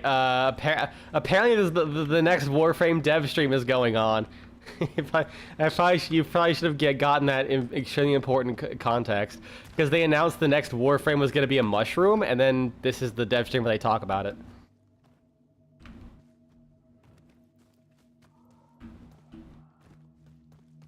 which means I don't normally color my warframes, like at all. What I do is I have the default colors and maybe tweak one thing because I usually don't care. But if it's gonna be a mushroom, I'm going to change its colors to the Terraria glowing mushroom. Which, fun fact, those are the colors I have on my Mirage. I clicked the random button and those are the colors it gave me. So I just kept it. So my Mirage, I've been rocking Terraria glowing mushroom colors on my Mirage and it kind of fits. Not only like fits, but it works. So I'm gonna do that with whatever mushroom ass is over there. I don't know their name. I'm streaming.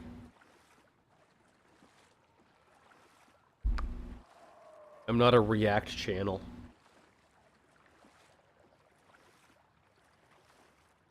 His default helmet does have a mushroom cap hat. I mean, it's a mushroom warframe. That's like immediately what I expected. His name is Noko. Most broken warframe has innate bonus damage with primaries and secondaries. Wait, does it? Like, how big we talking?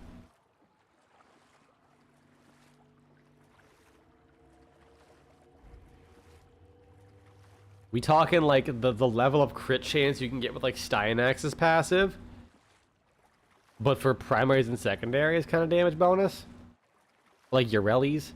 Oh man, god damn it! I think I had a feeling, but I figured I'd ask in case you were actually talking about their passive in game. It would be so fucking funny if they were a stealth warframe, though. If they were actually a stealth warframe, that'd be fucking funny.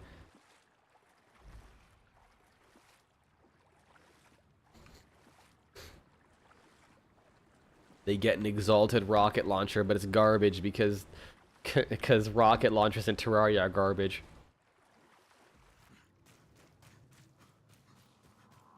I actually found out that like apparently the majority of your damage comes from ammo with rocket launchers, or like a large part of it, and ammo damage is not affected by bonuses in Terraria, which means rocket launchers actually don't scale that well. Which is like, oh really? That's so lame.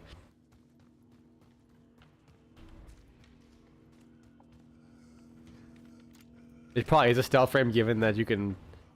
Wait, you can play as one of the screws? From what I understand, yeah, you don't, Oh, son of a bitch, what? You know what? I got C4. We're doing this. We're fucking doing this. Hold on.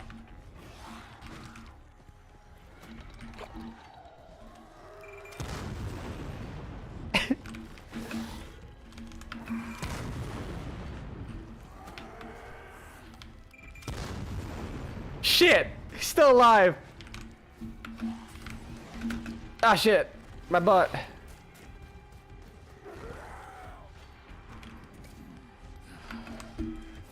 Fuck you. Damn it! Oh shit, I'm out of stamina. I'm totally fucked. I don't care. Ow. Where's the one who's damaged? I cannot take on this, buddy.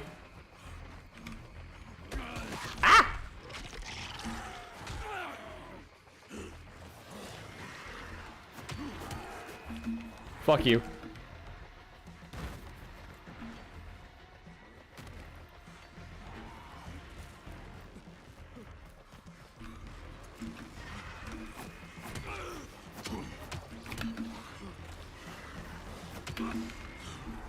I'm slowly pecking away at that guy. Ah, shit. Yeah, they got me. Chase ended. Yeah, no shit.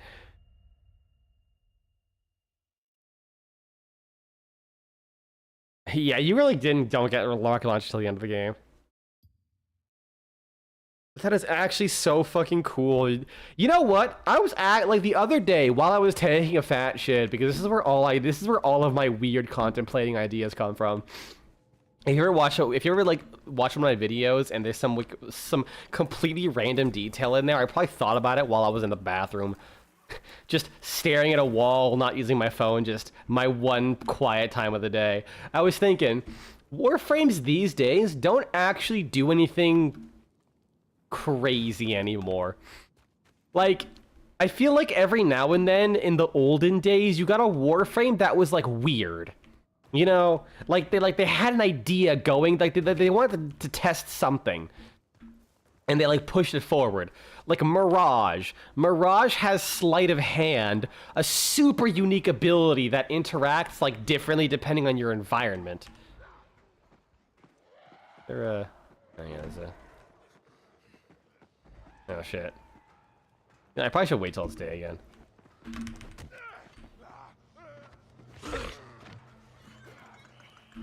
Nah, I'm good. Get in the water? Nope. Oh well. And then you have like Ivara. Ivara, I mean obviously she has dash wire arrows where the idea of being able to put a wire anywhere to like walk on was cool.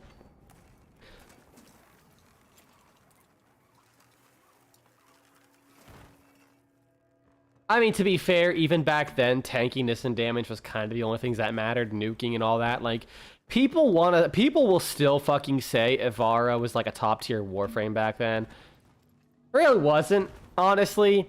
Like, if you didn't have a silenced weapon, you had no defense. Which it wasn't as bad, but it was still like not good back then, for sure. Because we didn't have shield gating back then, by the way, you know? Like, her Artemis bow was dog shit. It was like actually fucking Garbo.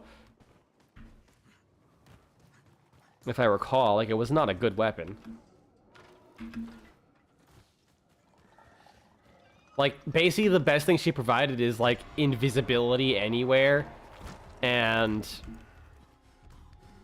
sleep. Sleep is actually really good. It was probably one of the best best spammable crowd controls in the game. And like Navigator's fun, but it's like a meme. That's kind of my point. Like Navigator is such a cool idea, and has so many unique interactions with things, like specific things. If you want to fuck with it, I love it. Kome is definitely unique. I'll give it that. But at the same time, I think Kome loses points by just reusing decrees from Duviri. Like, if decrees didn't exist and they were only on Kome, that would be amazing. Yeah, you got a point there, dude. Yeah, they did focus more on it. And then you had let's see, like Frost. Well, I'm trying to think. Because, like, I don't know, the idea of the snow globe is such a cool idea. But then again, you also had, I guess at the time, you also had Volt, which is, like, you know, barrier that is... What was I thinking? Garuda. Like, Garuda's one. Her first ability is, like, she has no damage reduction, but... Okay. Just gotta readjust my chair, take a sip.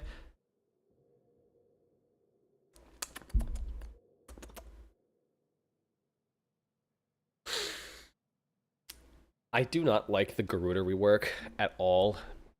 I used to be like a heavy Garuda main, but like what they did with Garuda and like pretty much making her into like you're always on full HP, you always have full energy. Like her passive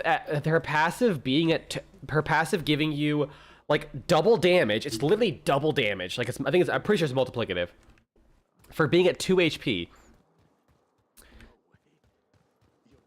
Made her whole kit make sense. Where percent health regen on her blood altars makes sense because the lower your HP, the more you can survive taking damage. So you're able to sustain best at low HPs, which means you can stay on low HPs better. It was a perfect no, for sure. You know, especially because Warframe, like, its damage is like really volatile these days, and kind of was back then too. Then her her first ability being a directional shield that requires like thought to put into, and it blocks damage. So if you positioned yourself right, you didn't even take damage until, you know, melee enemies bypassing it, explosives bypassing it, but that got fixed eventually. It took like 5 years, but it got fixed. I was a very big proponent. Every like once a year I'd make a post like talking about that, like bugs with Garuda and stuff like that.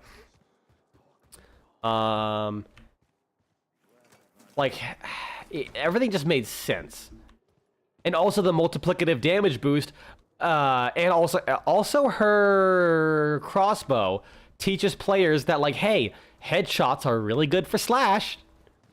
And the multiplicative damage bonus was like really good for her seeking talons, which I love the idea of making enemies take Slash procs, because it even allowed me to like use her as an operator warframe. Like I would just have Garuda. Yeah, the bed's over here. I would have Garuda sitting out in the field, acting as a shield for my operator, use the 4th ability, and then just pull out my amp and start blasting motherfuckers. And they would take Slash damage, because amps were just like really high base damage, which guess what Slash likes? Like, I'm not saying she's worse, I'm just saying she's less unique and fun. Now she's much more of a just press 1 and press 4. Like, yeah, you could do that before, but she's like way more dynamic back then. She was versatile. I mean, I guess she still technically is. It's just nowhere near as fun. Like, if anything, she just needed some adaptive damage reduction of some kind or more armor, because she did not have enough armor. Or more health. Like, if she had more HP to work with. Something like that. And yes, Grendel too. Hey, another frame that I was like a quote-unquote main with. I loved Grendel. I don't really care about Grendel now. Like, the only time I like Grendel is my really hyper-specific meatball build. Like, I have Roar, I have a Duriga that has radiation, and I have 5 Tau Forged radiation shards. So that way, I can make it so that I can kill level 180 Steel Path enemies in 1 hit if I strip their armor first. Sometimes 2 hits. But I believe it's usually 1 hit if they have no armor. Like, that's the only time I really properly enjoy Grendel. Or just fucking around with his ability. His, like, Devour.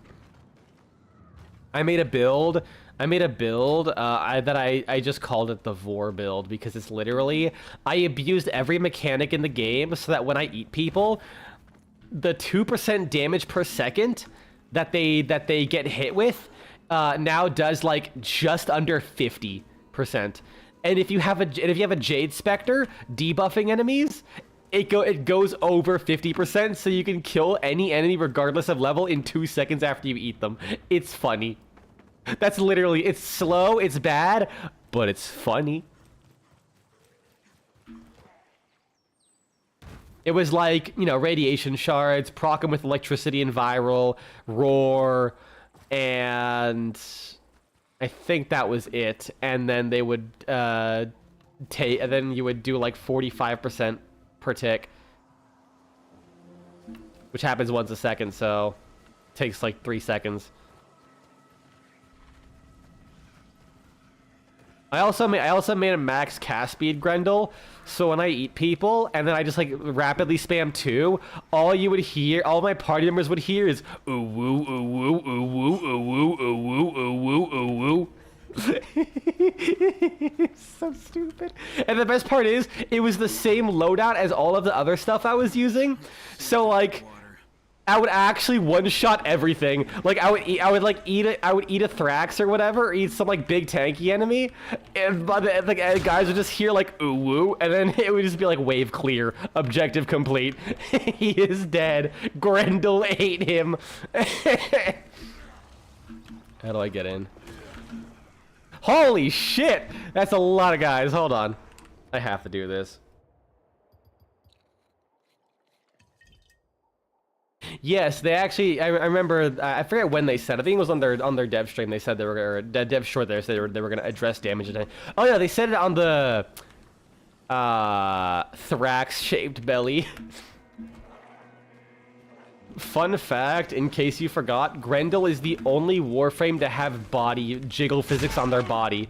Like, not cloth physics or anything. They actually, like, they're the only Warframe in the game to have jiggle physics. No female frame has breast physics or butt physics or thigh or whatever. Grendel has a big old pot belly and it jiggles. And it, like, gets slightly bigger the more enemies you eat. It's fucking funny. Like, the only Warframe to do that. I love DE. They are such shit posters. Keep it that way. I really hope they do.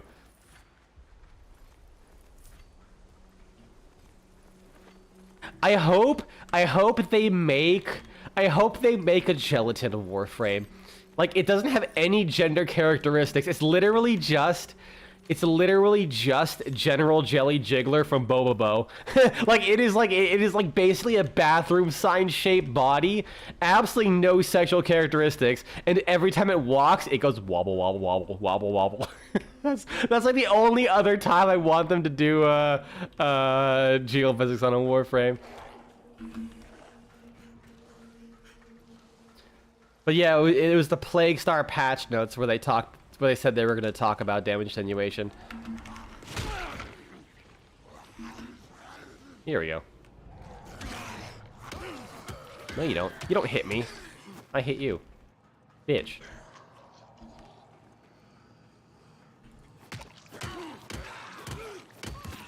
Ow, fucker. Ow, fucker. Oh, yeah. I love that I have this now.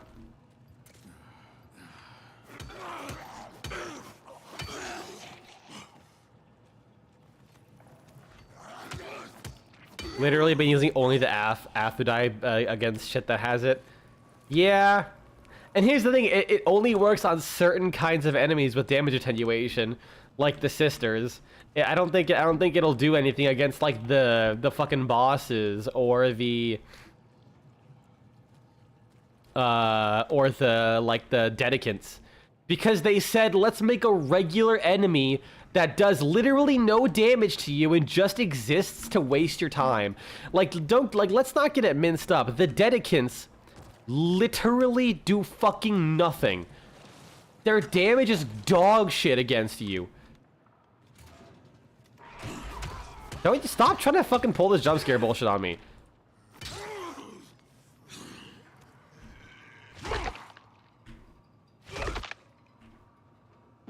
Get in the wall.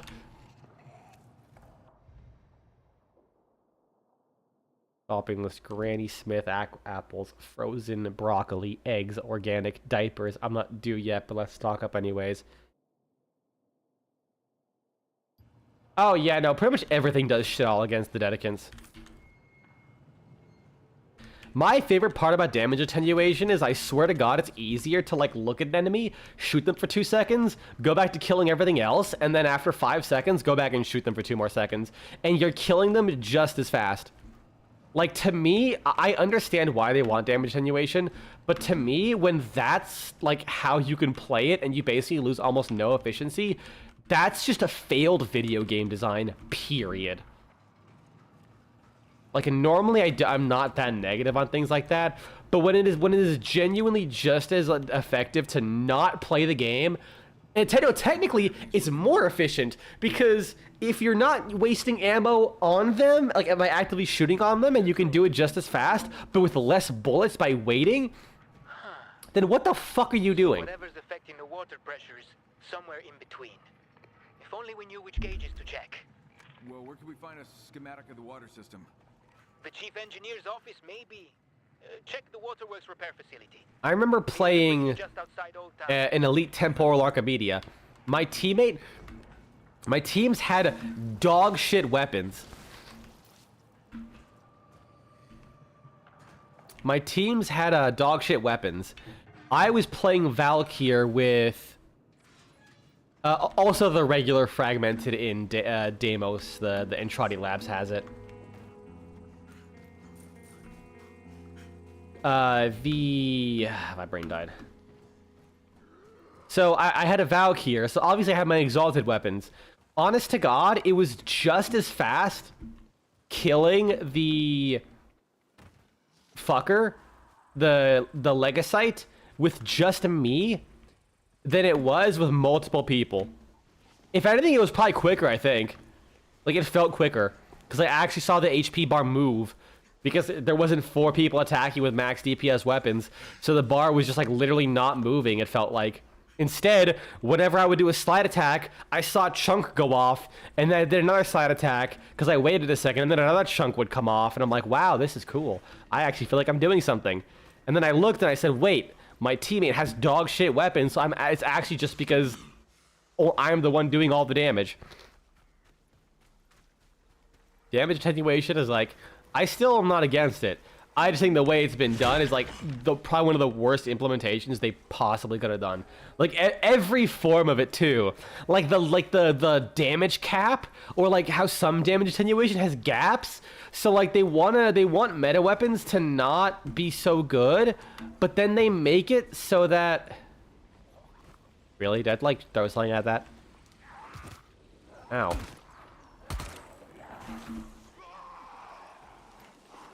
Yeah, whatever. I don't care. But then they make it so that meta weapons are like still like good against them because, you know, like crit and headshots don't get attenuated for some reason. And, you know, it'd be cool if it was like part of a boss fight where the boss like adapts to, you know, or like has like a specific reason for it to not be in exchange for increasing boss HP. I mean, of course they would. I mean, I don't... I mean, it depends on how much they're increasing it.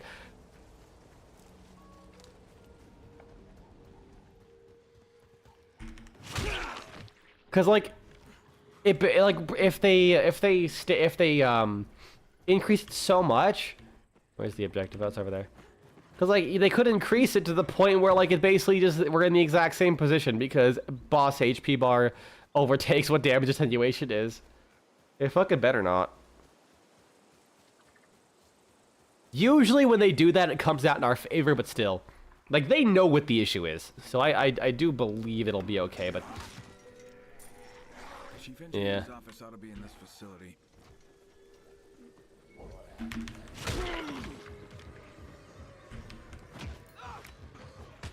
Ow. Ow. Ow. Alright. Oh, he slept anyways.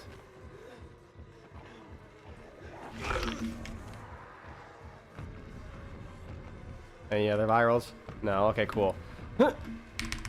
Yeah! He didn't even go flying, he just took him out.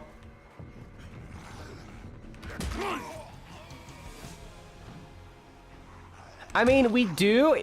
So here, like, here's the thing, though.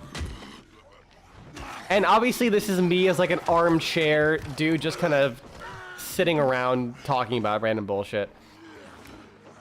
I do think it's hard to like find a balance, but like with damage attenuation, at the end of the day, we have a DPS cap no matter what. Like, I don't think it's possible to kill a boss any faster than the damage attenuation would allow us. I feel like lowering it so we're not doing like an deep Archimedia, and the fragmented boss is taking 15 minutes alone just from shooting and doing nothing.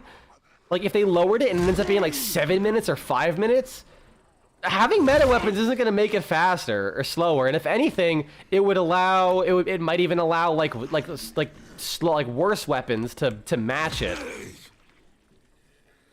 It just feels like it's way like too low. Like I'm sure maybe the difference between the meta stuff and like less meta stuff is like that vast that if they lowered it, regular weapons wouldn't be able to reach the DPS cap. But like still, it's just. Oh, hi, how's it going? Get bonked. Yeah, it's just a fucking whole thing. Alright, there's only one thing I want to know, Namagre, about the Oberon rework. I'll watch it later. They better not... If they say they're removing the...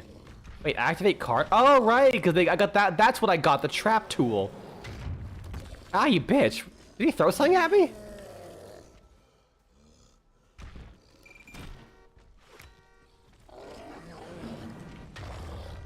Are you gonna go over there? Well, shit.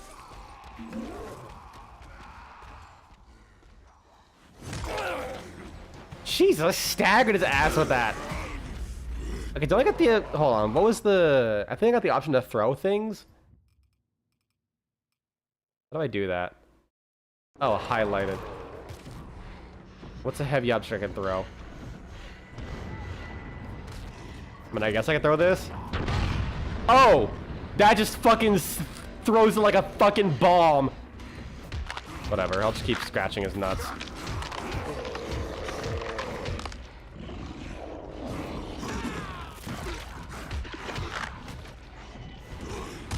They made it really feels like you would see that get used more. But so far... Like, you know, maybe grab these barrels or something. Like, if I can, like, with my bare hands, his passive now provides allies with damage negation when he picks up a health orb. Wait, like, if he picks up a health orb, it just absorbs damage? Like, any hit or something? Or is it like a flat amount? That sounds rad? That's actually really cool. But all I want to know is if his smite still does health scaling damage. Because I have a Jade build that uses smite to deal damage. And it's really fun. And if it gets buffed, I will cream. If it gets nerfed, I will scream. So it's up to you. Do you want me to cream or do you want me to scream? It's up to you to tell me this information. I will fully trust you. You could literally make shit up. Smite still has percentage health damage. Ugh. Now is it buffed? Because here's the thing with Smite. Sorry. Smite is always 35%. I think it's 35%, no matter what. But if you increase power strength, you shoot more balls. So the 35% gets spread between the balls. It also removes all overguard? That's dumb. Sure, whatever. I'm sure that's gonna get, like, removed for the helmet ability. Like, that's kind of nuts that you just has, like, a remove overguard button. But yes, like, the more power strength you have, the less damage Smite deals, actually. Because you're doing less health per ball of the Smite. And since Smite can hit, like, random, like, enemies at random, it'll, like, obviously not always hit the same enemy. I must have read it wrong, but there's something about removing... Oh, okay. Well, you can always rewind on... Thankfully, YouTube allows you to rewind, unlike Twitch. Oh. Can I come in here? I wonder if there's, like, a Call of Juarez collectible in here. In this game. There was one in the first Dying Light, and any reference to Call of Juarez makes me happy. He's sizzling. Is he gonna die? I'll see if that does enough damage to kill him. No.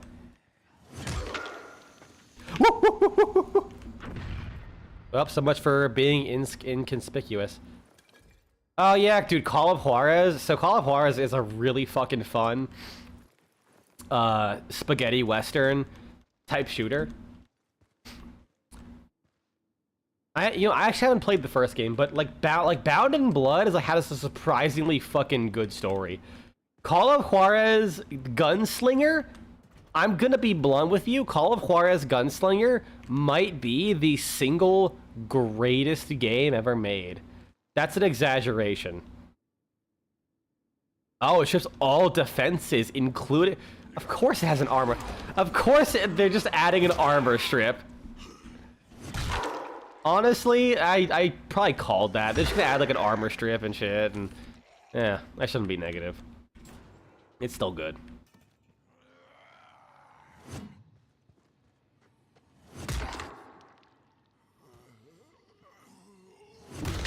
Oh yeah, no, it's Call of Juarez, yeah. You heard me right. Call of Juarez Gunslinger is like genuinely like almost a perfect game. It's a simple concept executed so fucking well that I would genuinely consider it to be like near perfect. It's not like the greatest game, but I usually like to think about it in the scope of what it's trying to do and how it does it. And plus, that's one of the coolest like story ideas ever. Where it's basically like it goes back and forth between an unreliable narrator and the people he's like telling the story to. So he'll be talking about the story as you're playing the level, and then someone's like, "Hey, didn't this happen to this guy and not he got away?" And then it's like, "Oh, don't worry, I was getting to that," and then the story changes as he like remembers different details. Or like there's one guy who like read the Gunslinger stories in like dime novels. So like he's like talking about things. He's talking about things, and then when he interjects, The water system schematic should be in the chief fuck? engineer's office. It like the story changes back and forth. It's great. Is this a good-looking keyboard? Damn, someone let their parrot on the loose, apparently. Just fucking ate half the keys on the left. Clearly it wasn't the zombies, because the keyboard's still there.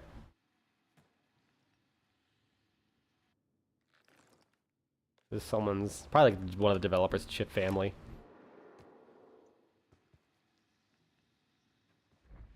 I don't know why I had a brain fart all of a sudden. Probably one of my favorite moments in the game is that as like you're going through a train, and you're going through several empty train cars, and the cutscene like slows down as you're going through the same copy-pasted train car over and over again. Because I have to go back in the journal. Because what happened is the guy telling the story just got up to take a piss, and you have the guys listening to the story calling doubts on the guy's like the validity of who he really is. So because your character isn't there to tell the story, it's literally just like you can just keep endlessly walking down through the same repeating train car over and over again. It's such a fucking cool detail.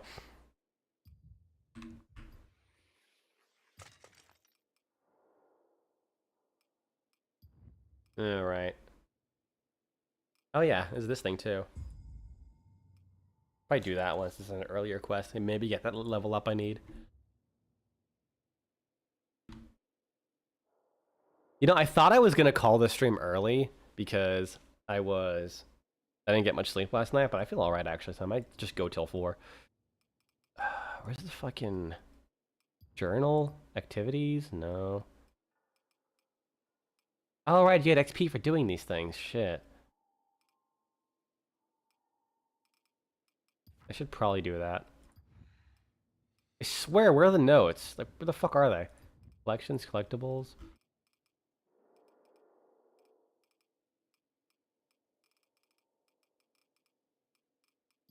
Journal? Quest? Map. Oh, that's mean like collections, right? Treasure hunts, maybe? No? I know I found it earlier, like where you can inventory. Backpack. No?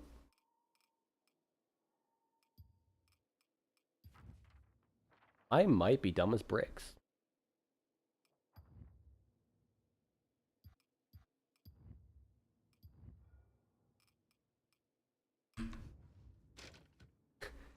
Don't tell me I actually have to go back to my stream and like look at the code. 'Cause I cannot for the life of me find my notes. I promise I am not blind.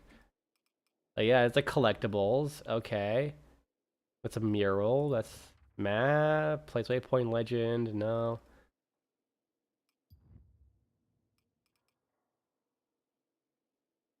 Story trails. Is it?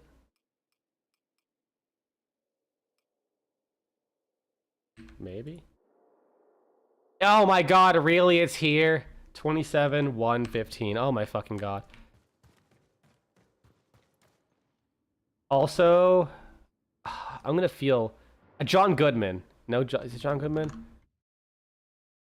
I have to give the voice actor for Silas Greaves credit, and I don't want to disrespect the man, because he... Like, I think he passed away shortly after the game came out.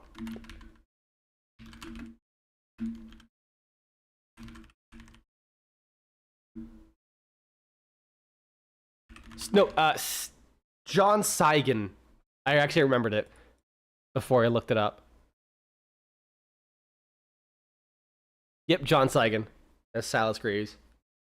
Oh my god. His voice is like cream gravel. It's the smoothest fucking gravel bullshit ever. I love it.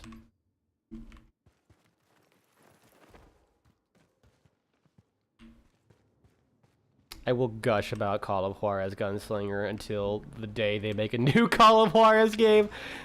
It's been so long, please, please, Dying Light Studio. I forgot what they're called, Techland. Because these guys made Call of Juarez. Like, when I played Dying Light 2, and I saw they literally had a skin that you can put over Aiden to play as Silas Greaves instead, I instantly bought that. Like, I didn't even know if this game was good or not. I just instantly bought that skin. It looks so good. HD Silas Greaves. Ugh. God damn it. I'm fucked. I'm fucked. Get back. There we go. I'm not fucked. I got a cough.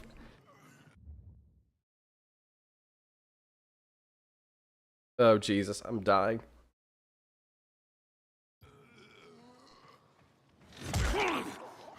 Maybe I should. I wonder if I can type into my Twitch tags sick. I wonder if there's people searching for Twitch streamers who are absolutely fucking dying from the Black Plague right now. I will corner the market on the sick tagged Twitch streamers. Oh, hi, how's it going? Dropkick! Fuck! It was so worth it, though. It was so worth it.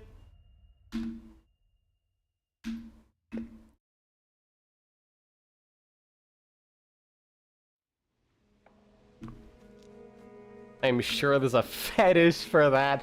That's not what I was thinking, but you're probably right either way.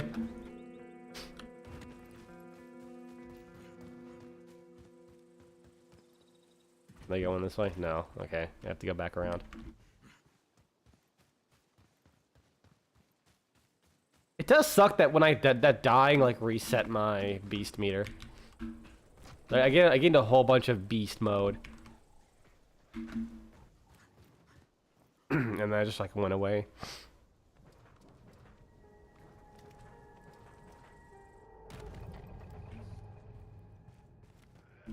Oh, just a bunch of virals here. Shit. Leave me alone.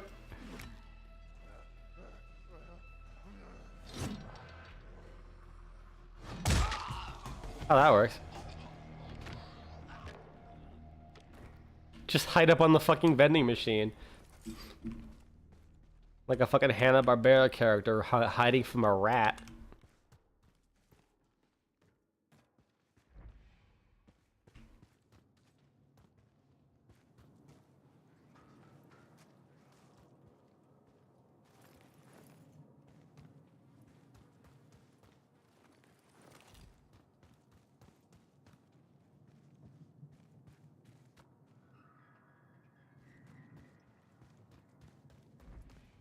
Where the... I'm gonna have to go. We have body type A and B now. Alright, that's going in the content awareness detector, whatever the fuck.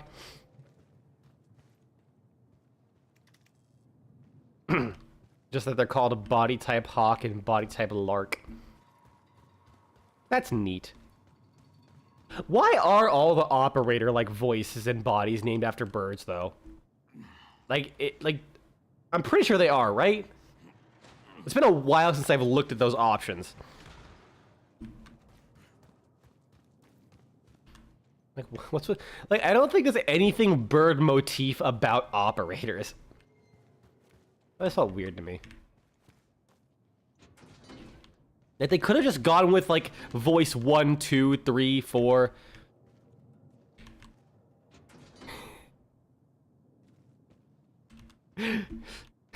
Jesus Christ.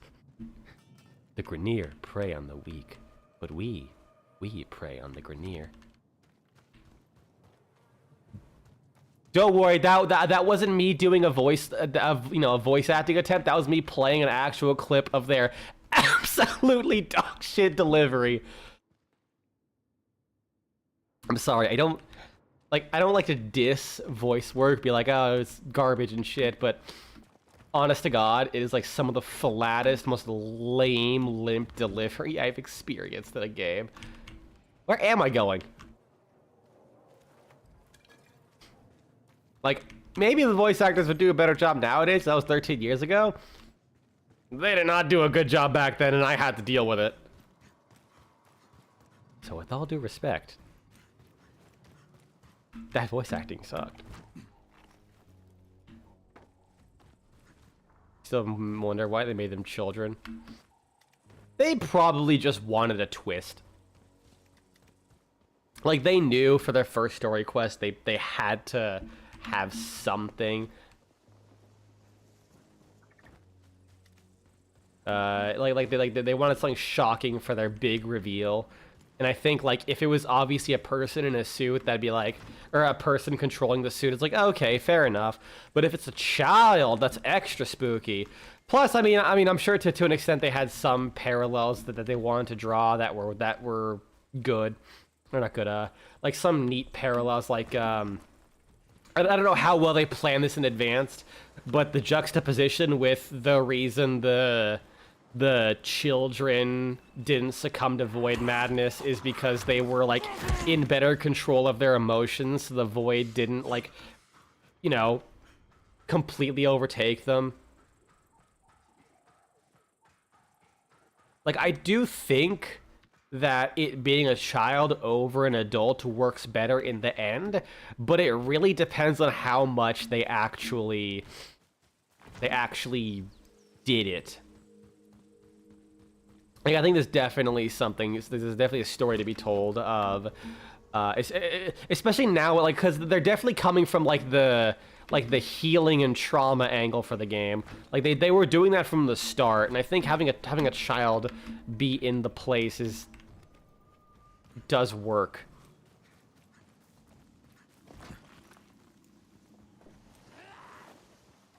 Like, there's certainly an extra impact of someone having their their innocence taken away, and basically repressing that energy to channel it into something positive, which is what the whole thing with the Tenno and the Drifter, like, healing people.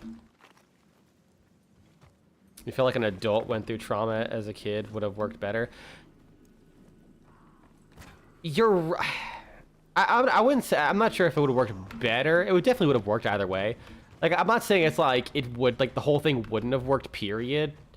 But I think them still being children does, like it still leads an impact, because you have all these it's also like partly a juxtaposition as well, not like between the children being like the ones more in control of their emotions, and which is why they were able to survive and all this kind of stuff, but also the fact of you have these beings that were like treated as like literal like murder soldier demigods for the Orokin Empire.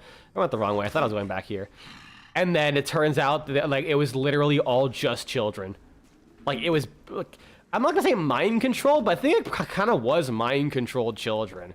Because, like, while they were in the second dream, they seemed to remember stuff, but it didn't seem like they had a whole lot of free will up until, like, the Lotus was doing the thing where she was like, hey, they're, like, doing bad things, and you want to do good things, right? So let's kill the Orokin. Indoctrinated could have worked. That definitely could be more accurate. And obviously, then you got the what the fuck's the objective? And then obviously you got the drifter in the end. So obviously he was like the angle of the adult with trauma, and then like they took his trauma angle in a different way. Because obviously, like I guess in a way, like once the Tenno wake up, obviously it depends on how much like how conscious and of their actions and active they were mentally. You have the perspective of a child. Also I think the story. I think like following the second dream and the war within. I don't think that could have worked as a child, because the war within was definitely like more about them trying to gain independence. Like, you know, they are children. They never got to actually grow up despite having knowledge and expertise of like hundreds upon hundreds, if not thousands of years. But like at the end of the day, mentally they're still children and need to actually grow up properly.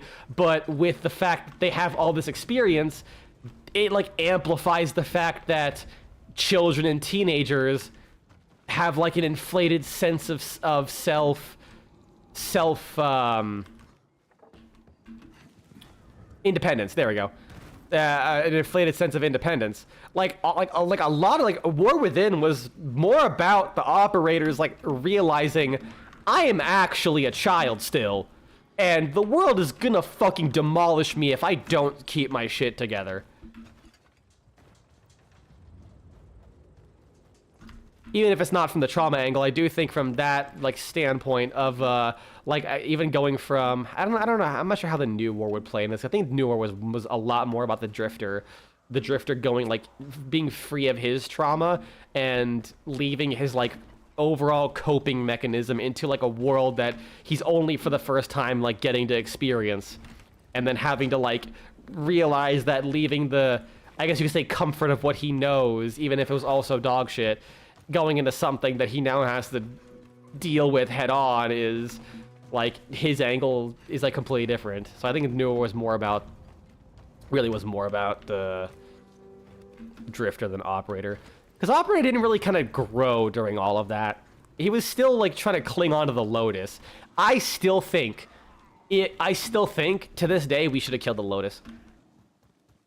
Like I would have loved it to be a great way of, through all the quests, the operator growing up like and maturing mentally. If we got rid of our mother figure, we're like, okay, I have to make difficult decisions to do what needs to be done for the sake of, you know, the system. Lotus has to fucking die. And then, you know, you go on your own way and try and like work more on your own path, or rather reach out to like allies rather than like a parental figure.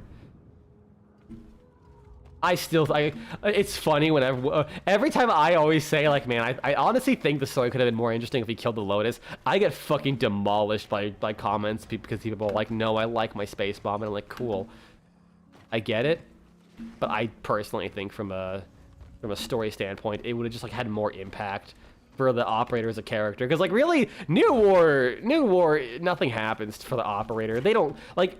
I think whatever the like sacrifice. After the sacrifice, the operator just gets nothing. Like they don't get any development until we get the old piece, and that's 8 years ago now.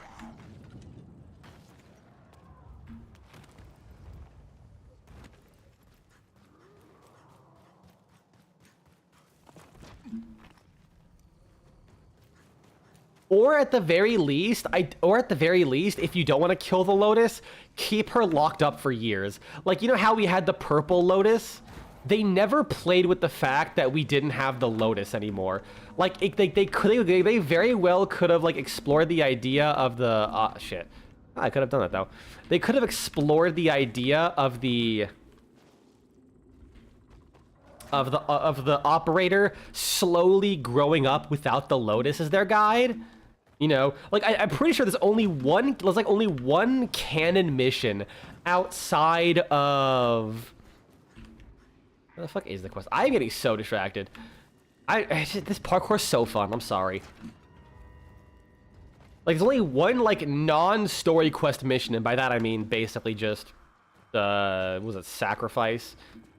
Or, like, whatever the fuck happened with Railjack and stuff like that. That actually involves us being without the Lotus. And I think that one mission is the Jupiter Sabotage. Which I think technically happens before the sacrifice.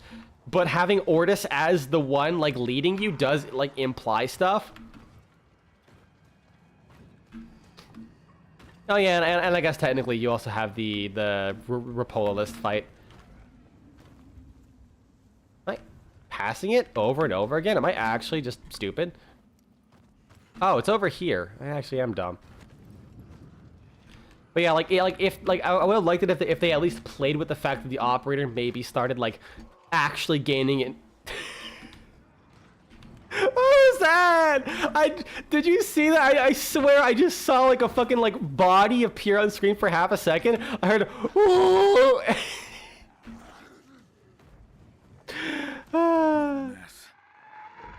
Oh, hello. You remember Umbra because DE sure as hell doesn't? Yeah. Yeah. Like, it really sucks that they gave, like, the single coolest story to, like, a character that I'm pretty sure is, like, intended to be a one-off. Like, I'm pretty sure they only did that so they can give North American players Excalibur Umbra, because the Chinese version got Umbra Prime. Like they've set up like one of the coolest, almost amazing quests for it that could have like and tied it in with like one of the most important characters on a deep and emotional level. Ouch. And they really did nothing with it.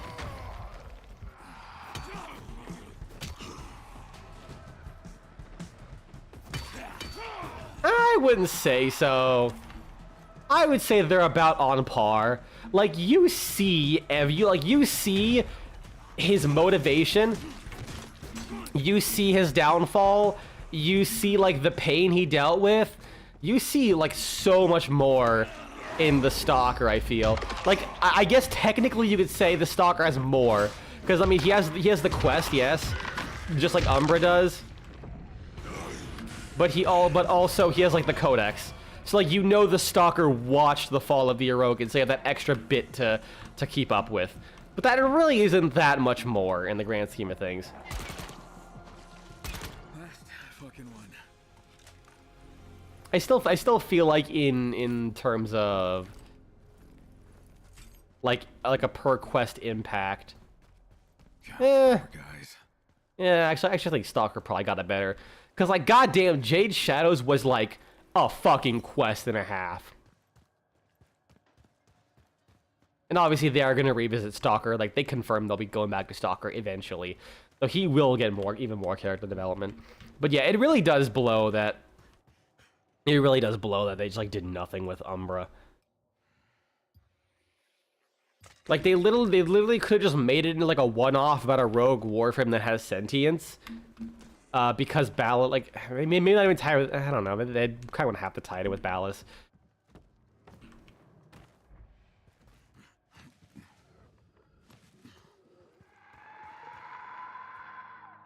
Can I check the message? Can I check the message? Can I check the message? I fucking hate this game. What the hell? What kind of game is this sick fuck playing? Doug, I found more of your men. The worst part is the proto frame. We have the proto frames now, and you know it's a hot take, but you fucking hate the proto frames, not as a character, but the concept. Okay, well, you care to share your thoughts? Not yet, but I'm working on it. Just need a little more time. I don't hate them. I like their designs. Damage with the firearms. Yeah, it's firearm bullshit.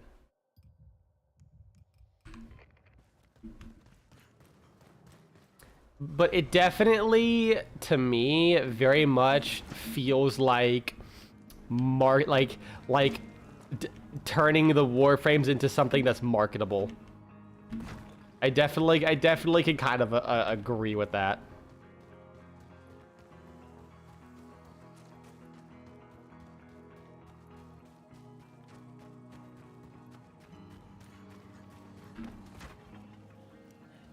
Cause like, I don't think they'll ever explain why Entrati made so many proto frames.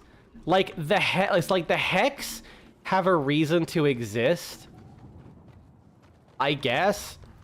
Because I mean, obviously you have the giant the vessels, and they're apparently tied to the proto frames. And obviously they had to make them. I mean, obviously, I don't know why the fuck those guys specifically, like why he had to go to 1999 to fucking take their DNA to make the vessels. But obviously, the Helminth did have to be involved in that because they established that and obviously this was probably established after the fact, that the Helminth, like its memories and connections bypasses space-time bullshit apparently. Fucking whatever. How much money?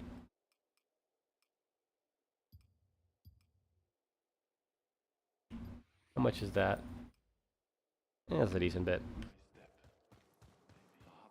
Like the Hex have a reason to exist. I don't mind them, but now they're just coming up with excuses to have new proto frames because they were like sold so well. Like they probably had ideas for more, no doubt, but the rest just kind of feels shoehorned in. Like, why did Entrati need to make so many?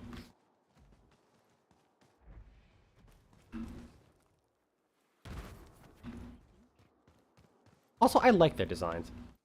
I really feel like calling them generic humans is doing a little bit of a disservice. Like they all have unique features to them.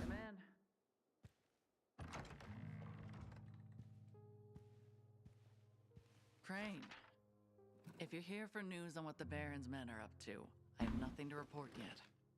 Actually, I'm here about something else. Ask away. Well, that's about, they mean to undermine you on the power plant. Listen, about the power plant. I get you don't want to antagonize the Baron, but what if he shuts it down again? Then I'll send you to turn it back on. Because you don't want to risk your rangers. There aren't that many of us left. Look, I get that you want to protect your people, but They trust me, Crane.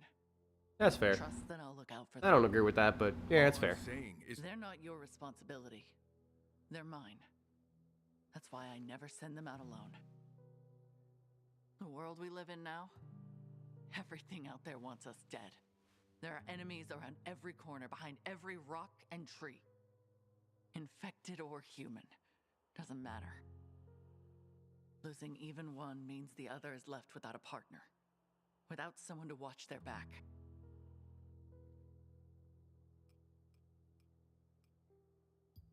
I get it. I do. But not taking any risks is just as dangerous as taking too many. You want to keep your people safe, let me help you with that. How? The Baron's coming for you. Just like he came for me. I mean, who's to say they you wanna won't, keep your though? people safe, you need to eliminate the threat. And how do you propose I do that? By helping me end him once and for all. You want to start a war? The war's already here, Sheriff. We can surrender, or we can fight back. You just have to trust me. Like, they usually have like a purpose for bringing back individual I barely frames. know you. And I'm telling you, the Baron is not an enemy you can bargain with. We can fight, or we can die. There's no middle ground with him. I'm not saying no, but trust doesn't come easy to me. We're just going to have to see. It's about the old monument. I'll go in a second. Let's finish this dialogue. I've heard the Baron's men have been up to something near the monument. Yeah, some of my rangers reported on that weeks ago. We haven't sent patrols that way for a while now. Why? 'Cause they chased us away. But Marcus and Karsten did mention they saw containers of chemicals. chemicals. Don't know the details, but I suspect the Baron's running some kind of experiment there. If I were you, I'd keep your distance. No reason to go kick the hornet's nest. Sorry to bother you, but Keller needs to see you. Something about supplies. Right. Tell him I'll be there in a minute. Sorry, but as you can see... Of course, duty calls. All right. Yeah, so, I mean, they usually have, like, a reason to bring them back. Plus, I think people would actually be down for, like, a Grendel proto-frame. If, what do you call it? If they bring him back with gauze. Like, they would totally do that. So, like, for example, obviously you have the Hex. I mean, the Hex are, like, the original Warframes. You have Trinity, you have Mag, you have... You know, the original plus whatever new one they're adding. You have Trinity, Mag, Excalibur, Volt. Oh, yeah. That monument is a war memorial, and the Baron's men have been... Who else was there? So you convinced Nyx. people to help you. Like Nyx makes sense solely because Excalibur, making them twins and one's male, one female, like it just works. Like that shit writes itself. Like I think playing around with that's like really cool. No, it's gonna be night. Let's just skip till day. I don't give a fuck. And then let's see. And then like obviously you had like Quincy as the site because fuck it, you just had to have a new proto frame. And then you had like the next batch.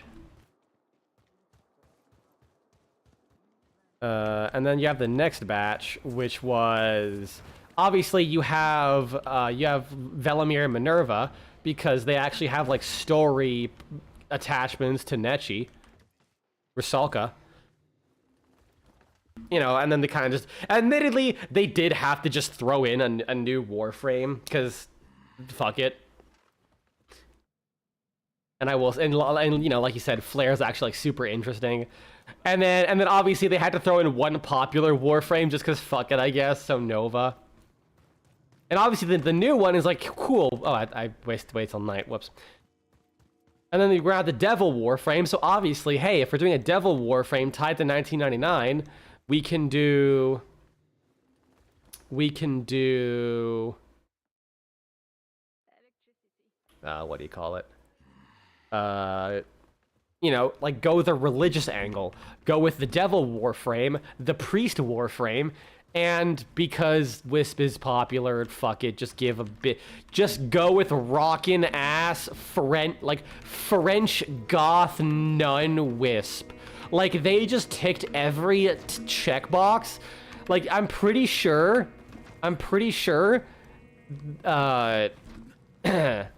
There's like one other thing they probably could have added that they probably didn't go with because if they added one extra check mark, they probably would have killed half of their player base with a priapism. Like they would have like if they bought Wisp proto frame, they like so many people would be dead on the spot. Immediately, all the blood would rush to their junk. Where am I going?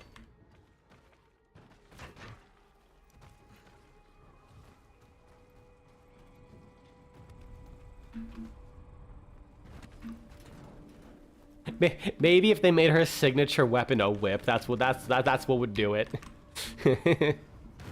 But yeah, no, they they really went for it with that one. Like, that was obviously the money maker they had to introduce. But I think overall the picks aren't bad. And if they do another proto frame, like, if they do a Gauze or Grendel, they would have to do both, you know? Like, they could play with that. Business? Not now. I'll explain everything later. Wait, did they also give the Devil frame a face?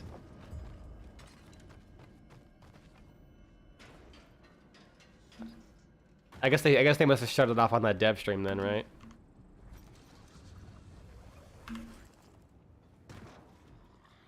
Though this time the one of the sentient masks Ada's had. I don't necessarily mind. Oh, they did show off. Okay, neat. Yeah, I mean, to be fair, it really wasn't a surprise. They said there was 3 new Kim conversations, and they were adding a devil frame, the Wisp proto and Haro proto. There's no way like the 3rd conversation was not gonna be Uriel or whatever his name's gonna be. What the fuck's the objective? They really, like... The morning sun does not make it easy to find with this small orange marker that moves around. Even if it's got, like, a slight black outline, that is, like, almost imperceptible.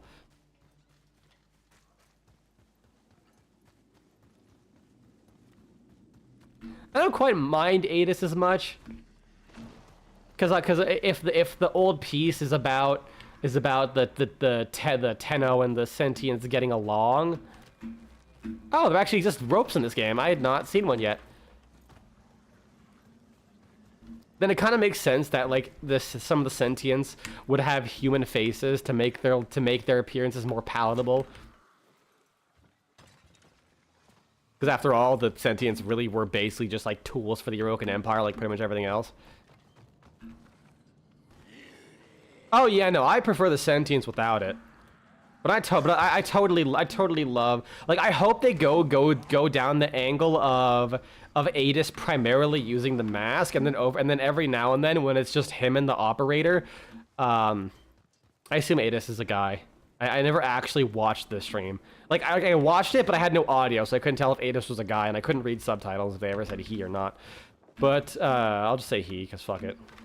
No one will correct me. They. Let's go with that. So, I would love it to go from the angle of whenever they're with the operator, they take off the mask because they're actually comfortable with the operator, and are like, you know what, they don't mind that I have a sentient face. Keeping their faces up for appearances. Here's a feminine voice, so I go with her for now. Okay, I could just want to hear some people say he. Here we go again. Damn it!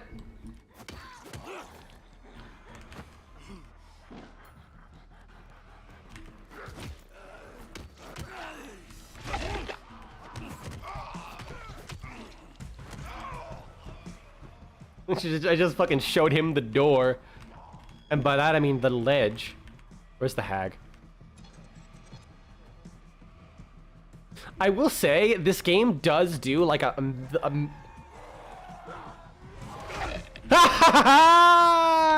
get so fucked! I wish I had my recording now. God damn it, I'm pissed.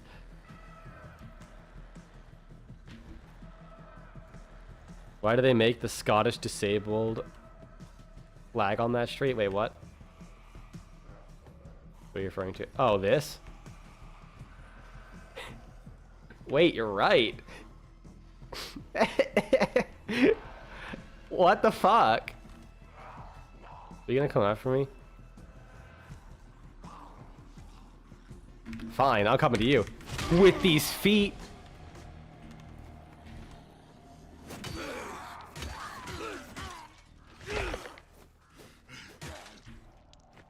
Like, yeah, I think this game does do, like, a mixing in, like, the kicks and combat shit way better. Like, the charge kick being, like, a really good interrupt, and you can follow up with, like, more punches. Feels really good. Like, I feel like I'm doing more than just beating someone senseless.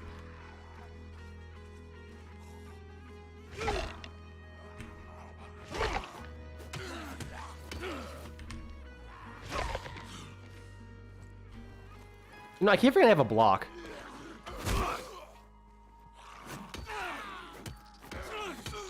I love you just take out a whole part of their fucking spine.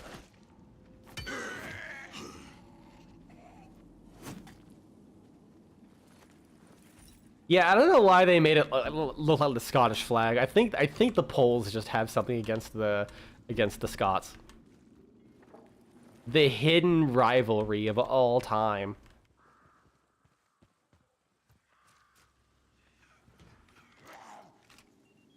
I will say, I like the way that they did these convoys better than the last one in 2, where like you always had like a huge amount of zombies around, and you always had like a big boy that you had to kill, or else you basically would never, because you had to lock pick your way into these things, not just kill one guy and get the card and just get in and get out.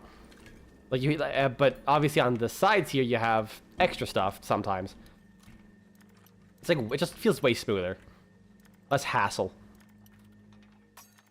Oh, butt cheeks.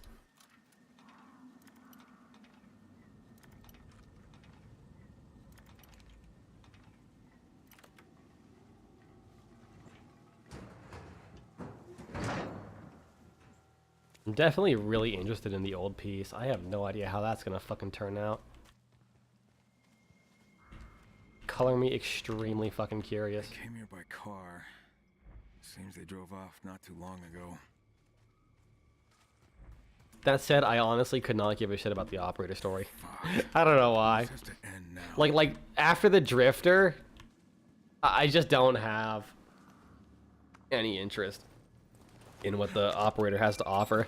Uh-oh.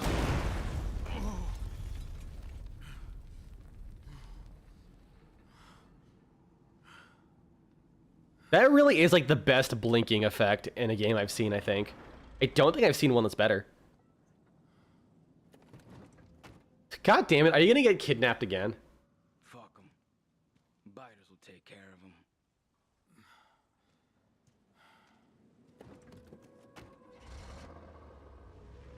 That's it.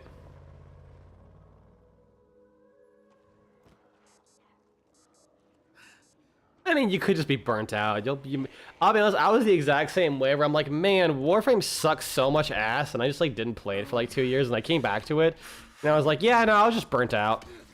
I mean, granted, admittedly, during that time, it was the time of like the peak of Scott and Steve having like the worst fucking balance decisions ever, and shit just wasn't fun. So they did add more like new tools to play with, and actually embrace the idea of the game is fucking stupid. Let's not have pretenses anymore. But still.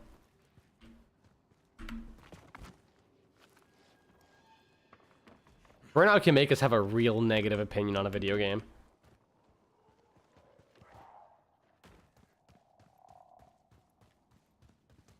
Or maybe you just didn't, or maybe you hate it. It could also be both. Like, I'm of the opinion that, like, Warframe hasn't changed enough that if you liked it in the past, you don't suddenly, like, unless you know, your taste has just changed completely. Usually if you liked it now, you'll probably still like it later. You're just burnt out.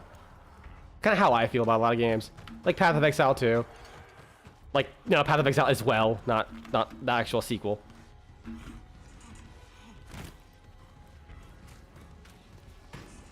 It's kind of like I've done this song and dance so many times. Yeah, that's fair. It's why I mostly just pop up some random high value items, sell them, buy slots or whatever. Like on the Warframe chat, like I let people do it for me.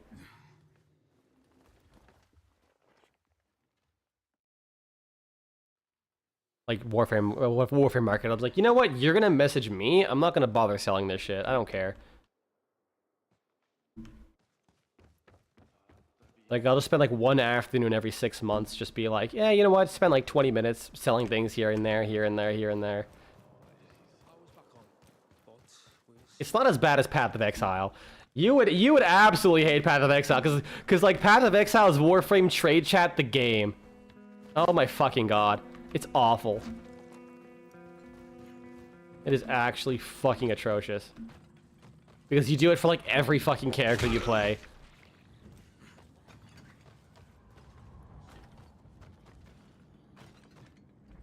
Okay, quest where? Where quest? There quest? Oh, it's up here. Such is the way of capitalism, yeah. I mean, it's also that, and like, I just wait till I get a 50% off coupon, buy like 10 bucks of platinum, 75% off coupon, I get like 20 bucks in platinum. And then I just do that. That's honestly where most of my platinum as of late has come, just from buying a coupon and dropping $10 on the game. Because at the end of the day, it's a free-to-play game, so it's like, you know what? Several thousand hours over 13 years. I'll give him a handy dandy little bit of cash. Found more victims, Doug. And now they're after me. This whole thing's gotten a little too fucking personal. Tell me what you know. Okay. A couple weeks back, there were these guys, bandits. They were starving, they had equipment we needed, so we tried to make a deal, but it got ugly. Body count? High. Some we captured. Then we voted whether to let them out or not. And now they're looking for a little revenge. Kyle, we'll set up an ambush. I'll keep you posted. Got it. I like how he just automatically goes with it. He's like, hey, they're after me now. And rather have a time purchase. And get to unlock all the stuff. Oh, one-time purchase. No, I totally agree with that. But honestly, Paladins, God help its or rest its soul, or whatever people say when things die, was like really good for that. Like early on, you paid like $60 for the game, and you got every future hero for free immediately, which was like amazing. They still did like a version, like obviously they got rid of that because lifetime subscriptions for stuff like that is just it's not good business at the end of the day, unfortunately. But they still were like, it was like, you know, you buy like one thing on sale for $20 and you got like the vast majority of the characters in the game still, like immediately. It was like genuinely super fair. And I think you got enough like currency to buy a couple more. So you had more than enough like time to play other various characters to build it up.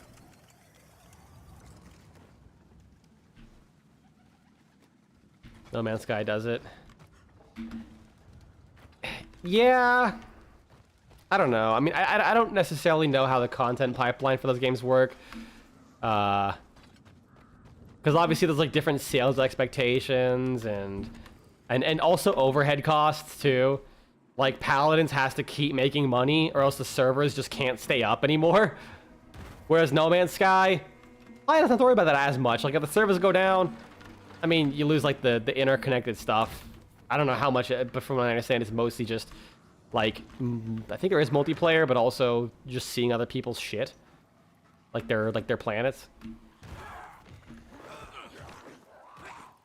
Also, I'm pretty sure there's like a really tiny studio. Like some games kind of seem to be able to coast off of like new players purchasing it whenever we release a big update. Like Terraria. Terraria has like not charged anything since that game came out, and it's like one of the highest like selling games of all time pretty much, because whenever they put out a giant update, more people buy the game. But also it's like a really small dev team, so they can kind of get away with that too. And it also helps that the original release sold like $1 trillion. That also does help. Like No Man's Sky had a lot of hype up to it. Like they probably made a lot of money that set themselves up for a good bit of time.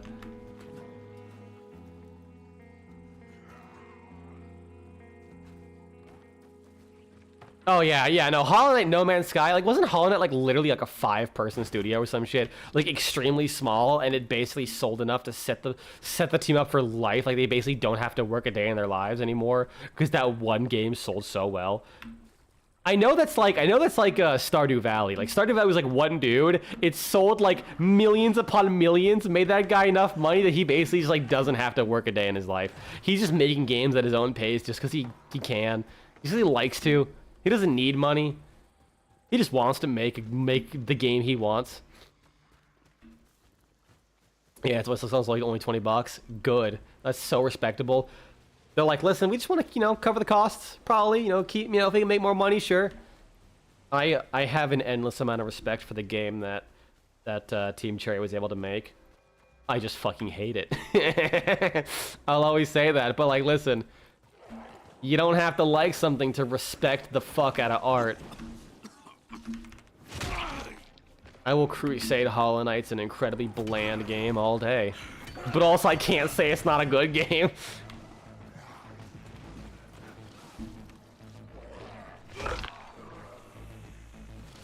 And I'm definitely, like, I'm more than happy for pretty much anyone who can make a shitload of money.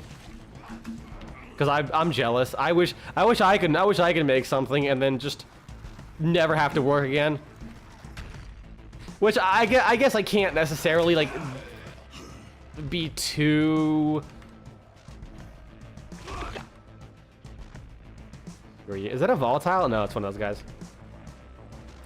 I mean, I guess I can't, like, too unsympathize, because I have, like, through my own work, put myself in a position where I can work less than other people and still be able to sustain myself. But still, like, what... Yeah, that's pretty much it. I'm obviously not saying it's a bad game, as I've said before. I love the endless, like appreciation for Hollow Knight, and then here's me who's like genuinely finds it to be one of the most dull games I've ever played, because like nothing that's good about it like hits for me. So I just love being like this juxtaposed opinion, just be like, yeah, Hollow Knight's kind of the most bland game I ever played, and people just like turn around like they're ready to fight. I explain myself, and they're like, yeah, you know what, fair enough. I actually can't argue with that.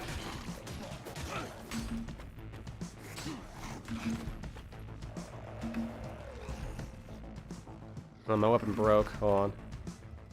Repair. Good. Ah! Heal?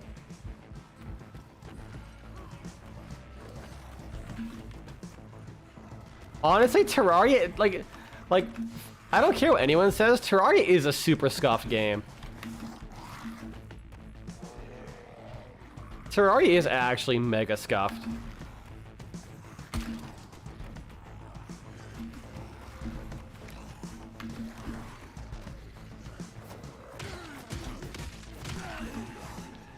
Here, he's dead. Okay, they got guns. Guess what? So do I.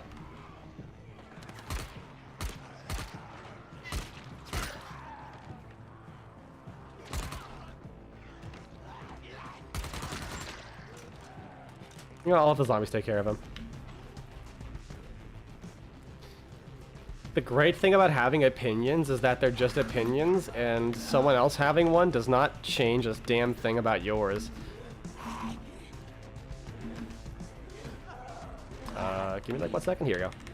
Besides, my scroll wheel wasn't working and I was scared. But yeah, right, I forgot I have this, like, interrupt enemies.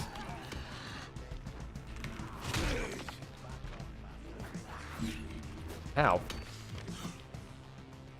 You're still alive? Not anymore.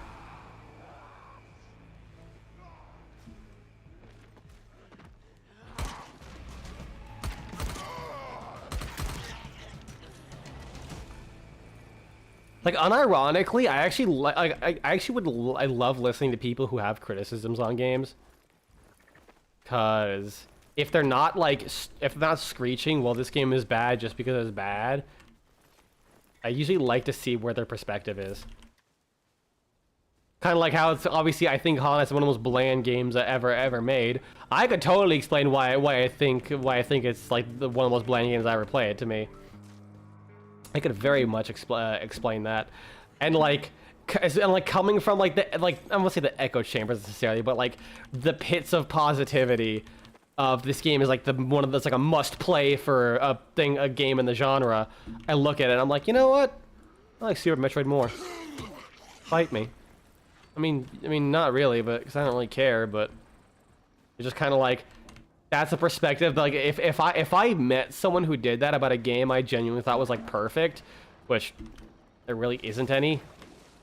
Mostly because my favorite games are all like really jank, so I can never really like. There's no game that I would say is like good enough that I'd call it actually close to perfect and not having a lot of flaws. Like probably my favorite game of all time, and like that came out in the last couple years, Remnant 2. My God, that game has flaws. But holy shit, it's so fucking good. Remnant 2, oh my God, that's a video game and a half. Like Remnant 2, I was telling my partner about Remnant 2. And the way I described Remnant 2, like they genuinely thought I was making that game up. Like because in hindsight, it sounds like a game that like two like 16-year-old kids were like getting together in the middle school cafeteria. It's like their lunch period. Like coming up with a game, like every like lunch session, they'd be like, "Yo, I thought about this idea for our game that we can totally make in a million years." Yeah, this like random idea is cool, like without any semblance of how things would like be cohesive and work together. And I'm only saying that's such vivid detail because that's literally what I would do as a kid with another friend of mine, and that's genuinely what Remnant 2 sounds like when I was describing it.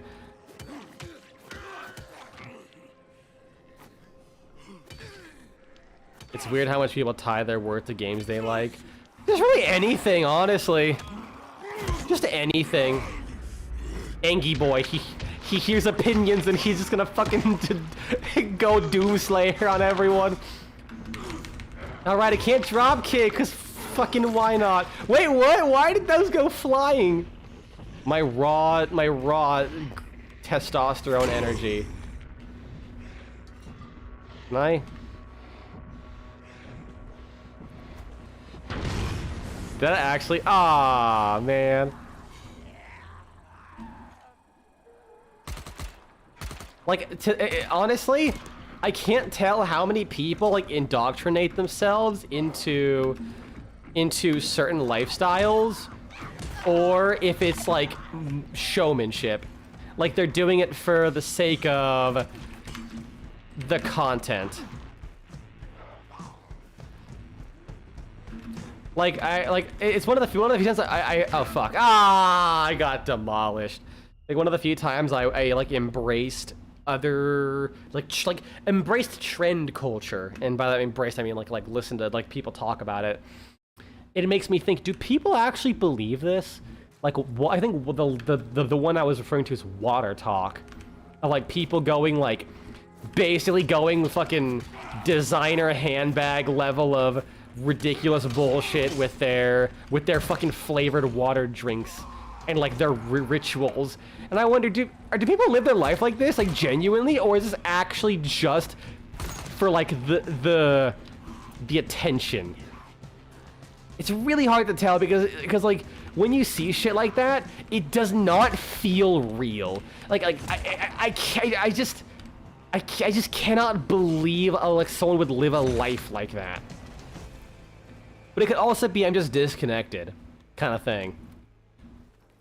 But at the same time, like I totally believe that with all the content of that stuff out there, there's people who eventually do get indoctrinated into that. Like it's like, oh, enough content that makes that it's like the shared experience of like, oh, all these people like something, so there must be something to it.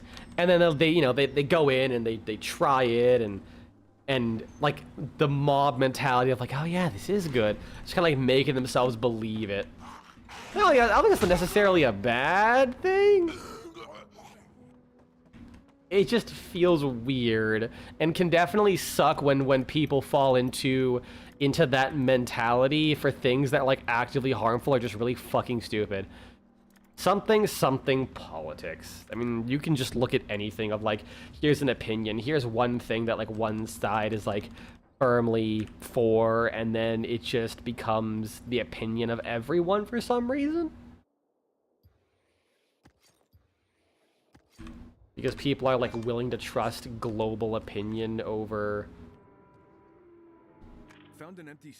putting in the effort to like just discover things on their own. It's labeled E and F.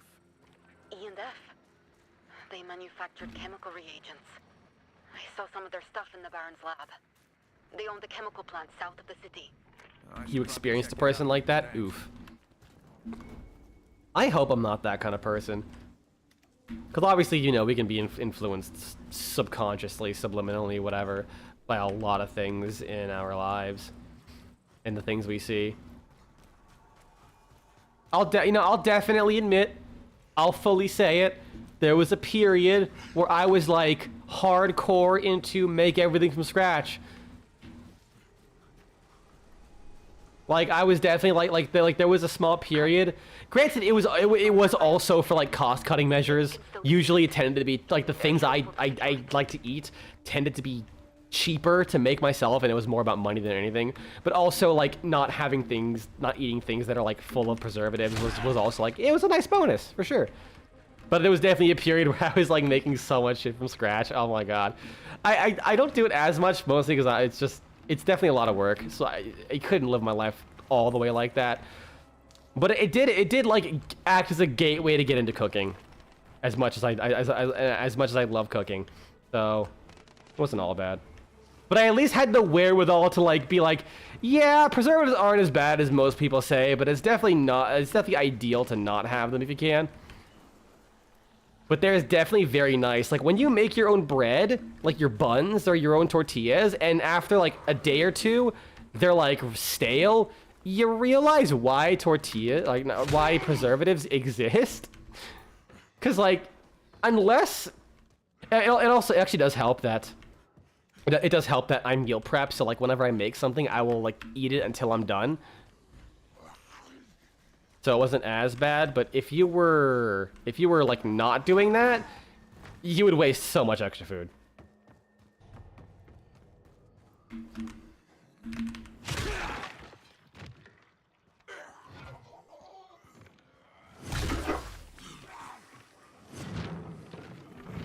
Oh. I'm not from what you've seen. Well, good. I think it's largely because like I usually don't like look up I don't watch too much weird shit on YouTube. It's like I get shit posts and I watch those and like music mashups. Maybe occasional random news will pop up and I'll look at it, but even then I'm like, whatever. Like I'll fully admit I've just been going through like lately last couple days because I've been sick and not able to do much that I want to because not as much energy. I've been watching like all of the last week tonight stuff from John Oliver that I haven't been catching up on, mostly because he's funny more than anything. Like less about getting into the politics, but mostly he's just fucking funny, and actually tends to highlight really like more obscure issues that are going on that I actually appreciate the perspective of. That's like about it.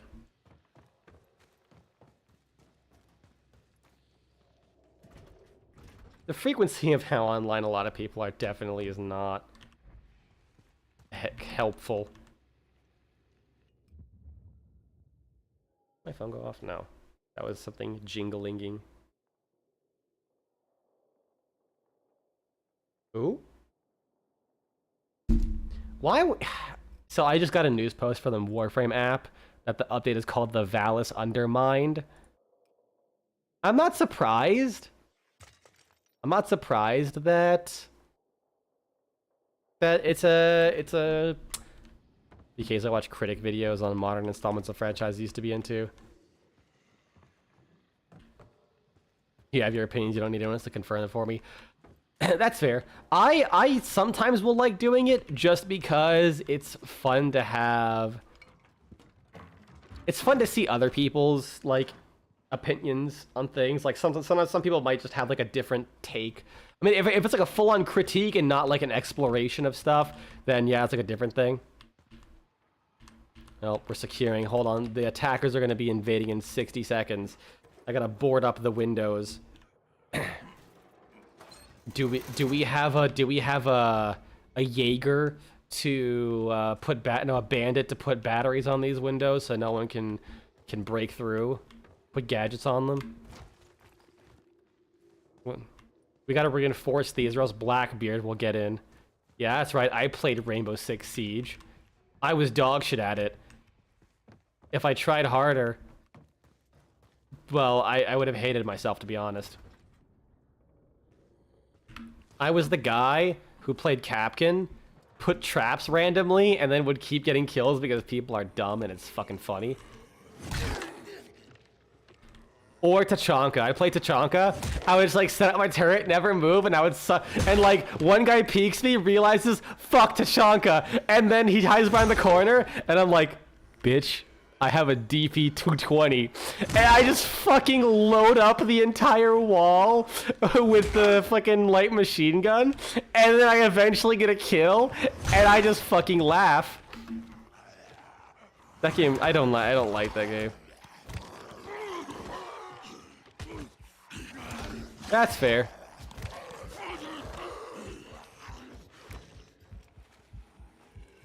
You've stopped engaging with those franchises. I get that. Sometimes I like to like go back and be like, you know what? What does someone have to say about something that I watch? Like sometimes it's stuff when I watched as a kid. I'm like, oh, I remember this for like these reasons, and then they have like really interesting breakdowns.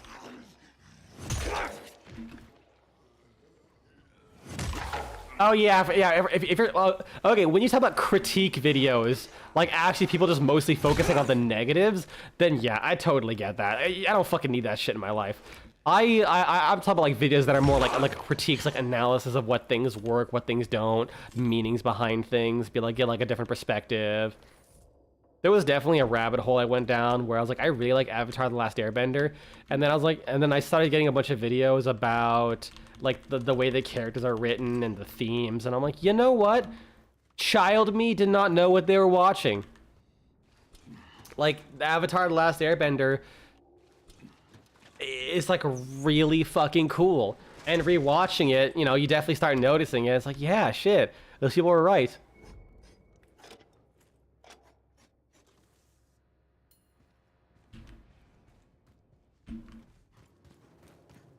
Alright, do I get out of here from there, or no? That's just a little secret room. Oh wait, I can just open this door. You just like watch people reminisce on games they like and what they miss in new ones.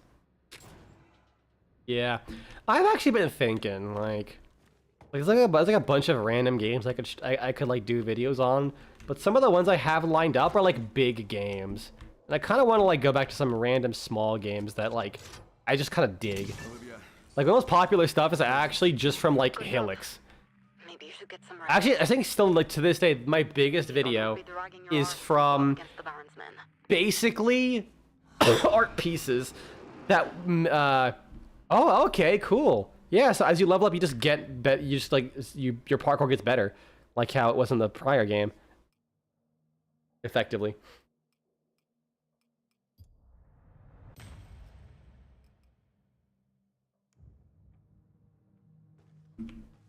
Like effectively just art pieces for from the guy who made Helix before he made Helix. Oh, I have to like do something here.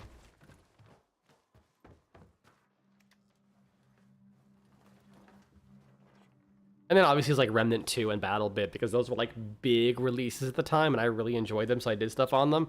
But I'm thinking I had like a whole series planned out for like Dark Souls. I want to go emulate Demon Souls, because I'm not fucking buying a PS3 for that shit. Like play Demon, I never played Demon Souls. We did, but we got into a firefight and my guys need help. You should have called me in sooner. Yeah, kind of took a nap.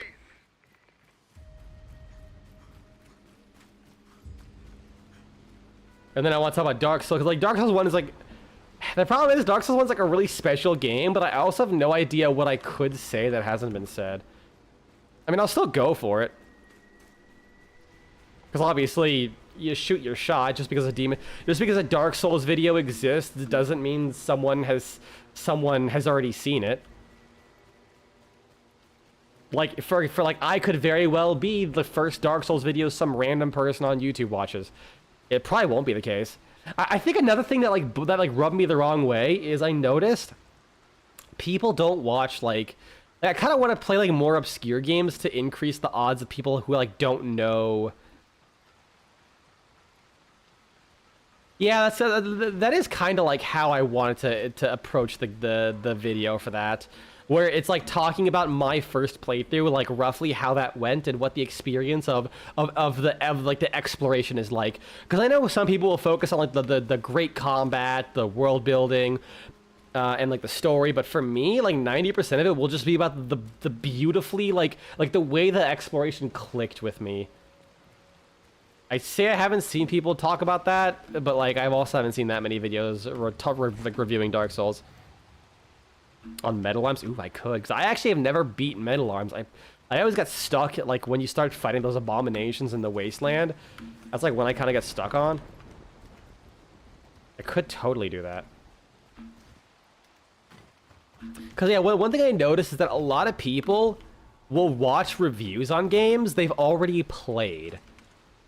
Like, and they, like, no opinions on it. They watch it to, like, reaffirm their opinions. It's, like, rarely ever, oh, this video seems interesting on a game I haven't heard of.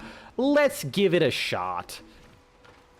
Like, even my Victor ran a couple people, like, watched this whole video on Victor Ran, and they're like, yeah, people talk about Victor Ran, woo! And I'm like, you see, you played the fucking game. You know what it's about.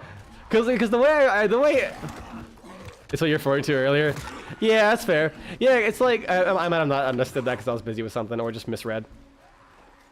Because, yeah, it's like, I write my videos like people don't understand the concepts. Like, every time I make a video, I talk about the genre and like, give examples and describe it. Like, yeah, I just did a video on Victor Vran, an ARPG, and explained what it is. But then I'm doing my next one that I'm working on is Path of Exile, another ARPG, which it's stupid. I don't know why I decided to. And the thing is, I'm gonna do Path of Exile, then I'm gonna immediately follow it up with Borderlands. So I'm doing like 3 looting games in a row, which is gonna be funny. But there is actually one game I bought that seems cool. It's called Mega Bonk. It like just came out a couple days ago, and I really want to try it. But Dying Light the Beast came out.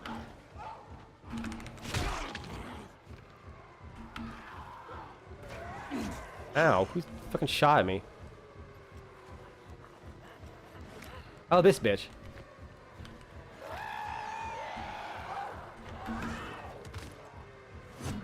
What?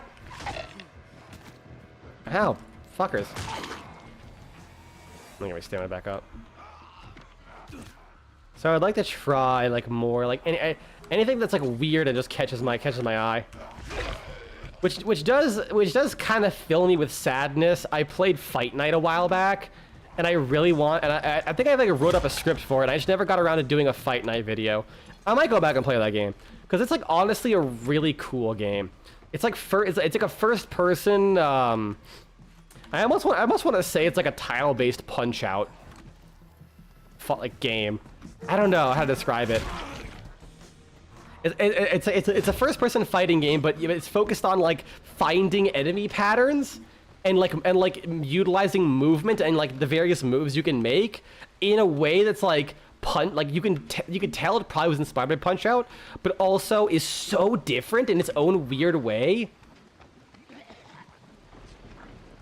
If I stand here, will he like eventually explode?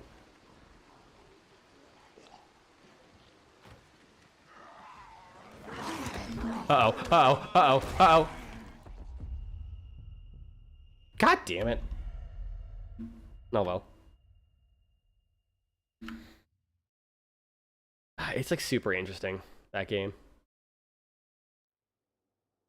But it's also like weird because it also feels like one of those games that, like I said, it was like a guy had an idea, even if it didn't quite work, he still wanted to execute on it. Because like the fights happen as random encounters in an overworld. It happened in an overworld, and the overworld was you solving puzzles, but also the puzzles were kind of like pretty one-note. Like, you know, you went to one world and it was like all block pushing puzzles, or you went to another world and it was all like navigating like mazes, things like that. Like, I will say, like, the individual levels went on long enough that it kind of did get stale. And the last level was honestly kind of, like, really fucking long in a way that I was like, eh, whatever. But, like, the fight mechanics were, like, so good. They were genuinely so fucking cool. Because, like, enemies would kind of, like, move on a certain pace. Oh, 1 second. Where is this? Enemies would like move on a certain pace, like not like a rhythm game, but they would be consistent. And they would have, and you would be in like 2 lanes, left or right. You could move left or right to like, you know, dodge an attack. Sometimes an enemy can attack, like they'll attack like your current lane. Some enemies can hit diagonal, some enemies can't. If you move, here we go. You could also move backwards like an infinite amount of spaces, but you couldn't like walk forward towards enemies. And it had like very distinct mechanics that they really played around with it. Like for example, you had special moves. One of the special moves was just you run through the enemies and get behind them, which reversed the enemy rotation, which means if there was like ranged enemies or really annoying enemies in the back, they're now in the front and you could beat the fuck out of them easier. There was like parry mechanics. You had like you also had like different suits that had different move sets. How do I get up there? It was like the fight mechanics and the boss fights. The boss fights were so good. Oh my god.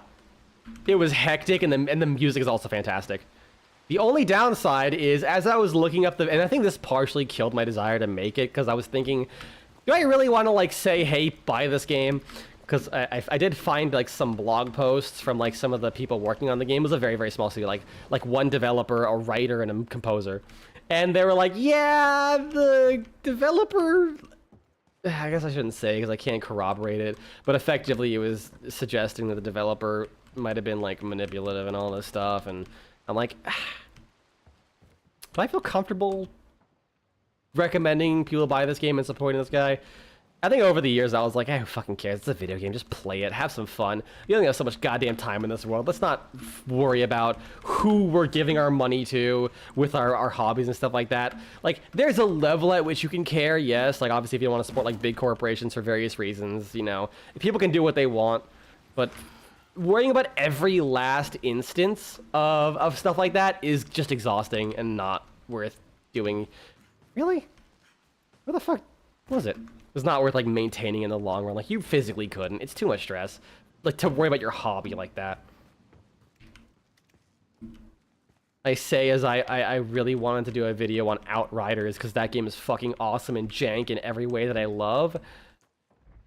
But how do I get up? I'd probably just go up. I'm probably stupid. There we go. Yeah, I can do this. But I also didn't want to support Square Enix making it an online-only title for a game that is 100% single player. But yeah, no, I actually fully recommend Fight Night. That game is like, it's like one note, but it does that note, but it does like the combat note very fucking well.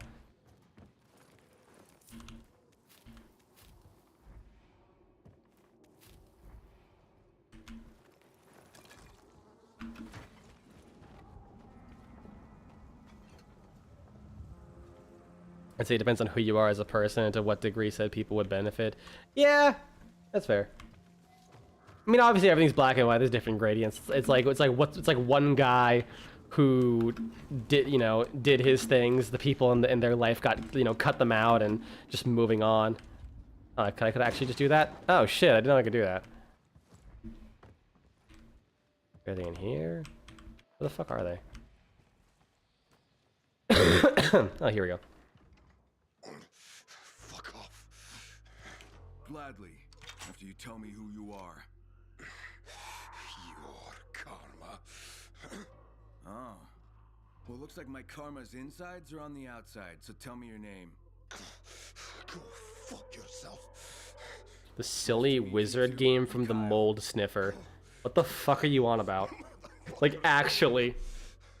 Nice in that town hall, innit? Got everything we need. Why slaughter them? Why are you doing this? Oh, for fuck's sake. You killed our people. Because of what? Because we were hungry. Hogwarts Legacy. I heard the deal went bad. Because you lot tried to rip us off. Who's the Mold Sniffer? Well, maybe it'd be better to talk things out, huh? Oh, is it just J.K. Rowling as a whole, or was it like developers? All of you. Hope you rot. I don't live at the town hall. I don't live at the town hall. So, you worked for them. Yeah, that's fair. But they give you everything. It's kind of like the more money someone has, the more like the more damage they can kind of do if they keep getting more of it. Want That's usually where my standpoint is. Like, if it's a bigger company, I'm like, I'll hold my ground. But if it's like in individual, probably not as much. I doubt you killed everyone on your own. Fuck you. Oh, they left you behind, huh? Fuck off. You are taunting this man before he dies. So where can I find them? Up yours. They left you like a dog. You got nothing to say to them? You and them. You deserve each other. Listen, you can lie here and wait until one of those monsters sniffs you out. Or I can make it quick. Go fuck yourself. Last chance. Library. That's where you'll find them. Thanks. I told you. Don't leave me here. Get it fucking over with.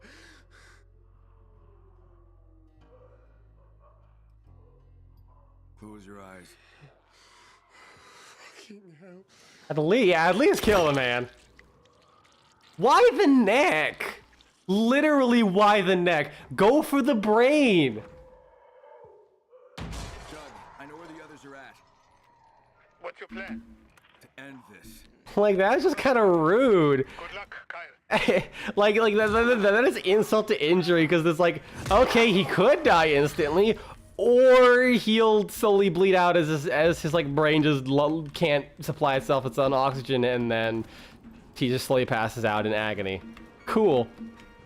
Like, I guess unless... That's what I was thinking, maybe the spine?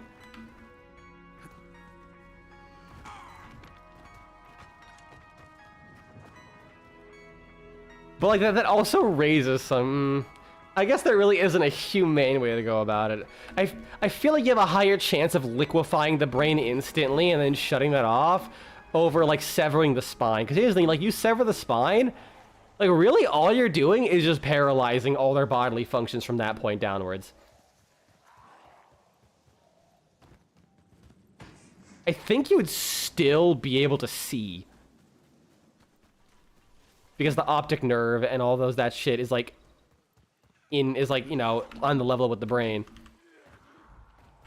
So like if you did that, you'd basically just be sitting there, not able, I mean, I guess you wouldn't feel anything at that point. That is at least one thing. But you'd just be sitting there, unable to respond or like think much for like a second as you basically just collapse into nothingness. Whereas with a headshot, at least it's like the closest thing to an instant death you can get. Then again, that's also probably just my stupid fucking medical knowledge coming in. It looked like, listen, I get it, neck shot looked cool, but like, I didn't go to school I didn't go to nursing school for 4 years to not nitpick everything. If I can't pay off my student loan with my job, I'm gonna pay it off by bitching. All right, I think I'm gonna call here. Actually, I went on a little bit longer than I thought I would.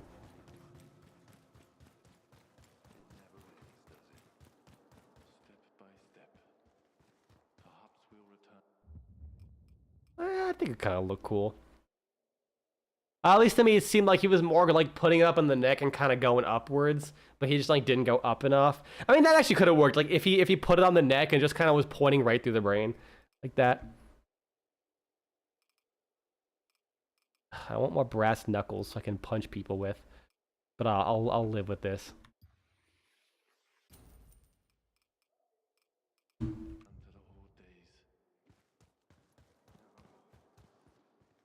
All right. Oh, I'm getting... My throat's a little sore from all the talking. Let's see. Do I want to stream tomorrow? I think I'll... if I don't stream tomorrow, then I won't. But I probably will stream tomorrow. Like, if I can get some decent rest, then I will. Because I was up since like 4 in the morning. So hopefully. Yeah, thanks, man. Like, I haven't felt absolute dog shit. It's just been very uncomfortable and inconvenienced. Like, the sore throat wasn't that bad. Like, I haven't been, like, shivering or, like, fatigued or can't do anything. Except for, like, maybe, like, the last day where I got a headache and I'm just kind of tired. It's just really inconvenient and annoying, and it makes sleeping a bitch. That's kind of it.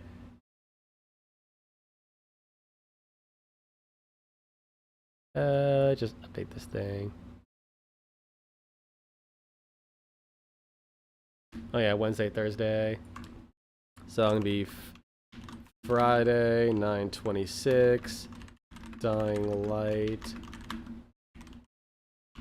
The Beast. I'm gonna copy that, just paste it. I'm not gonna capitalize that. Saturday, 9/27. Dying Light the Beast. Sunday, 9/28. Dying Light the Beast. Dude, we're gonna be. I'm going hard on this game. I'm having so much fun.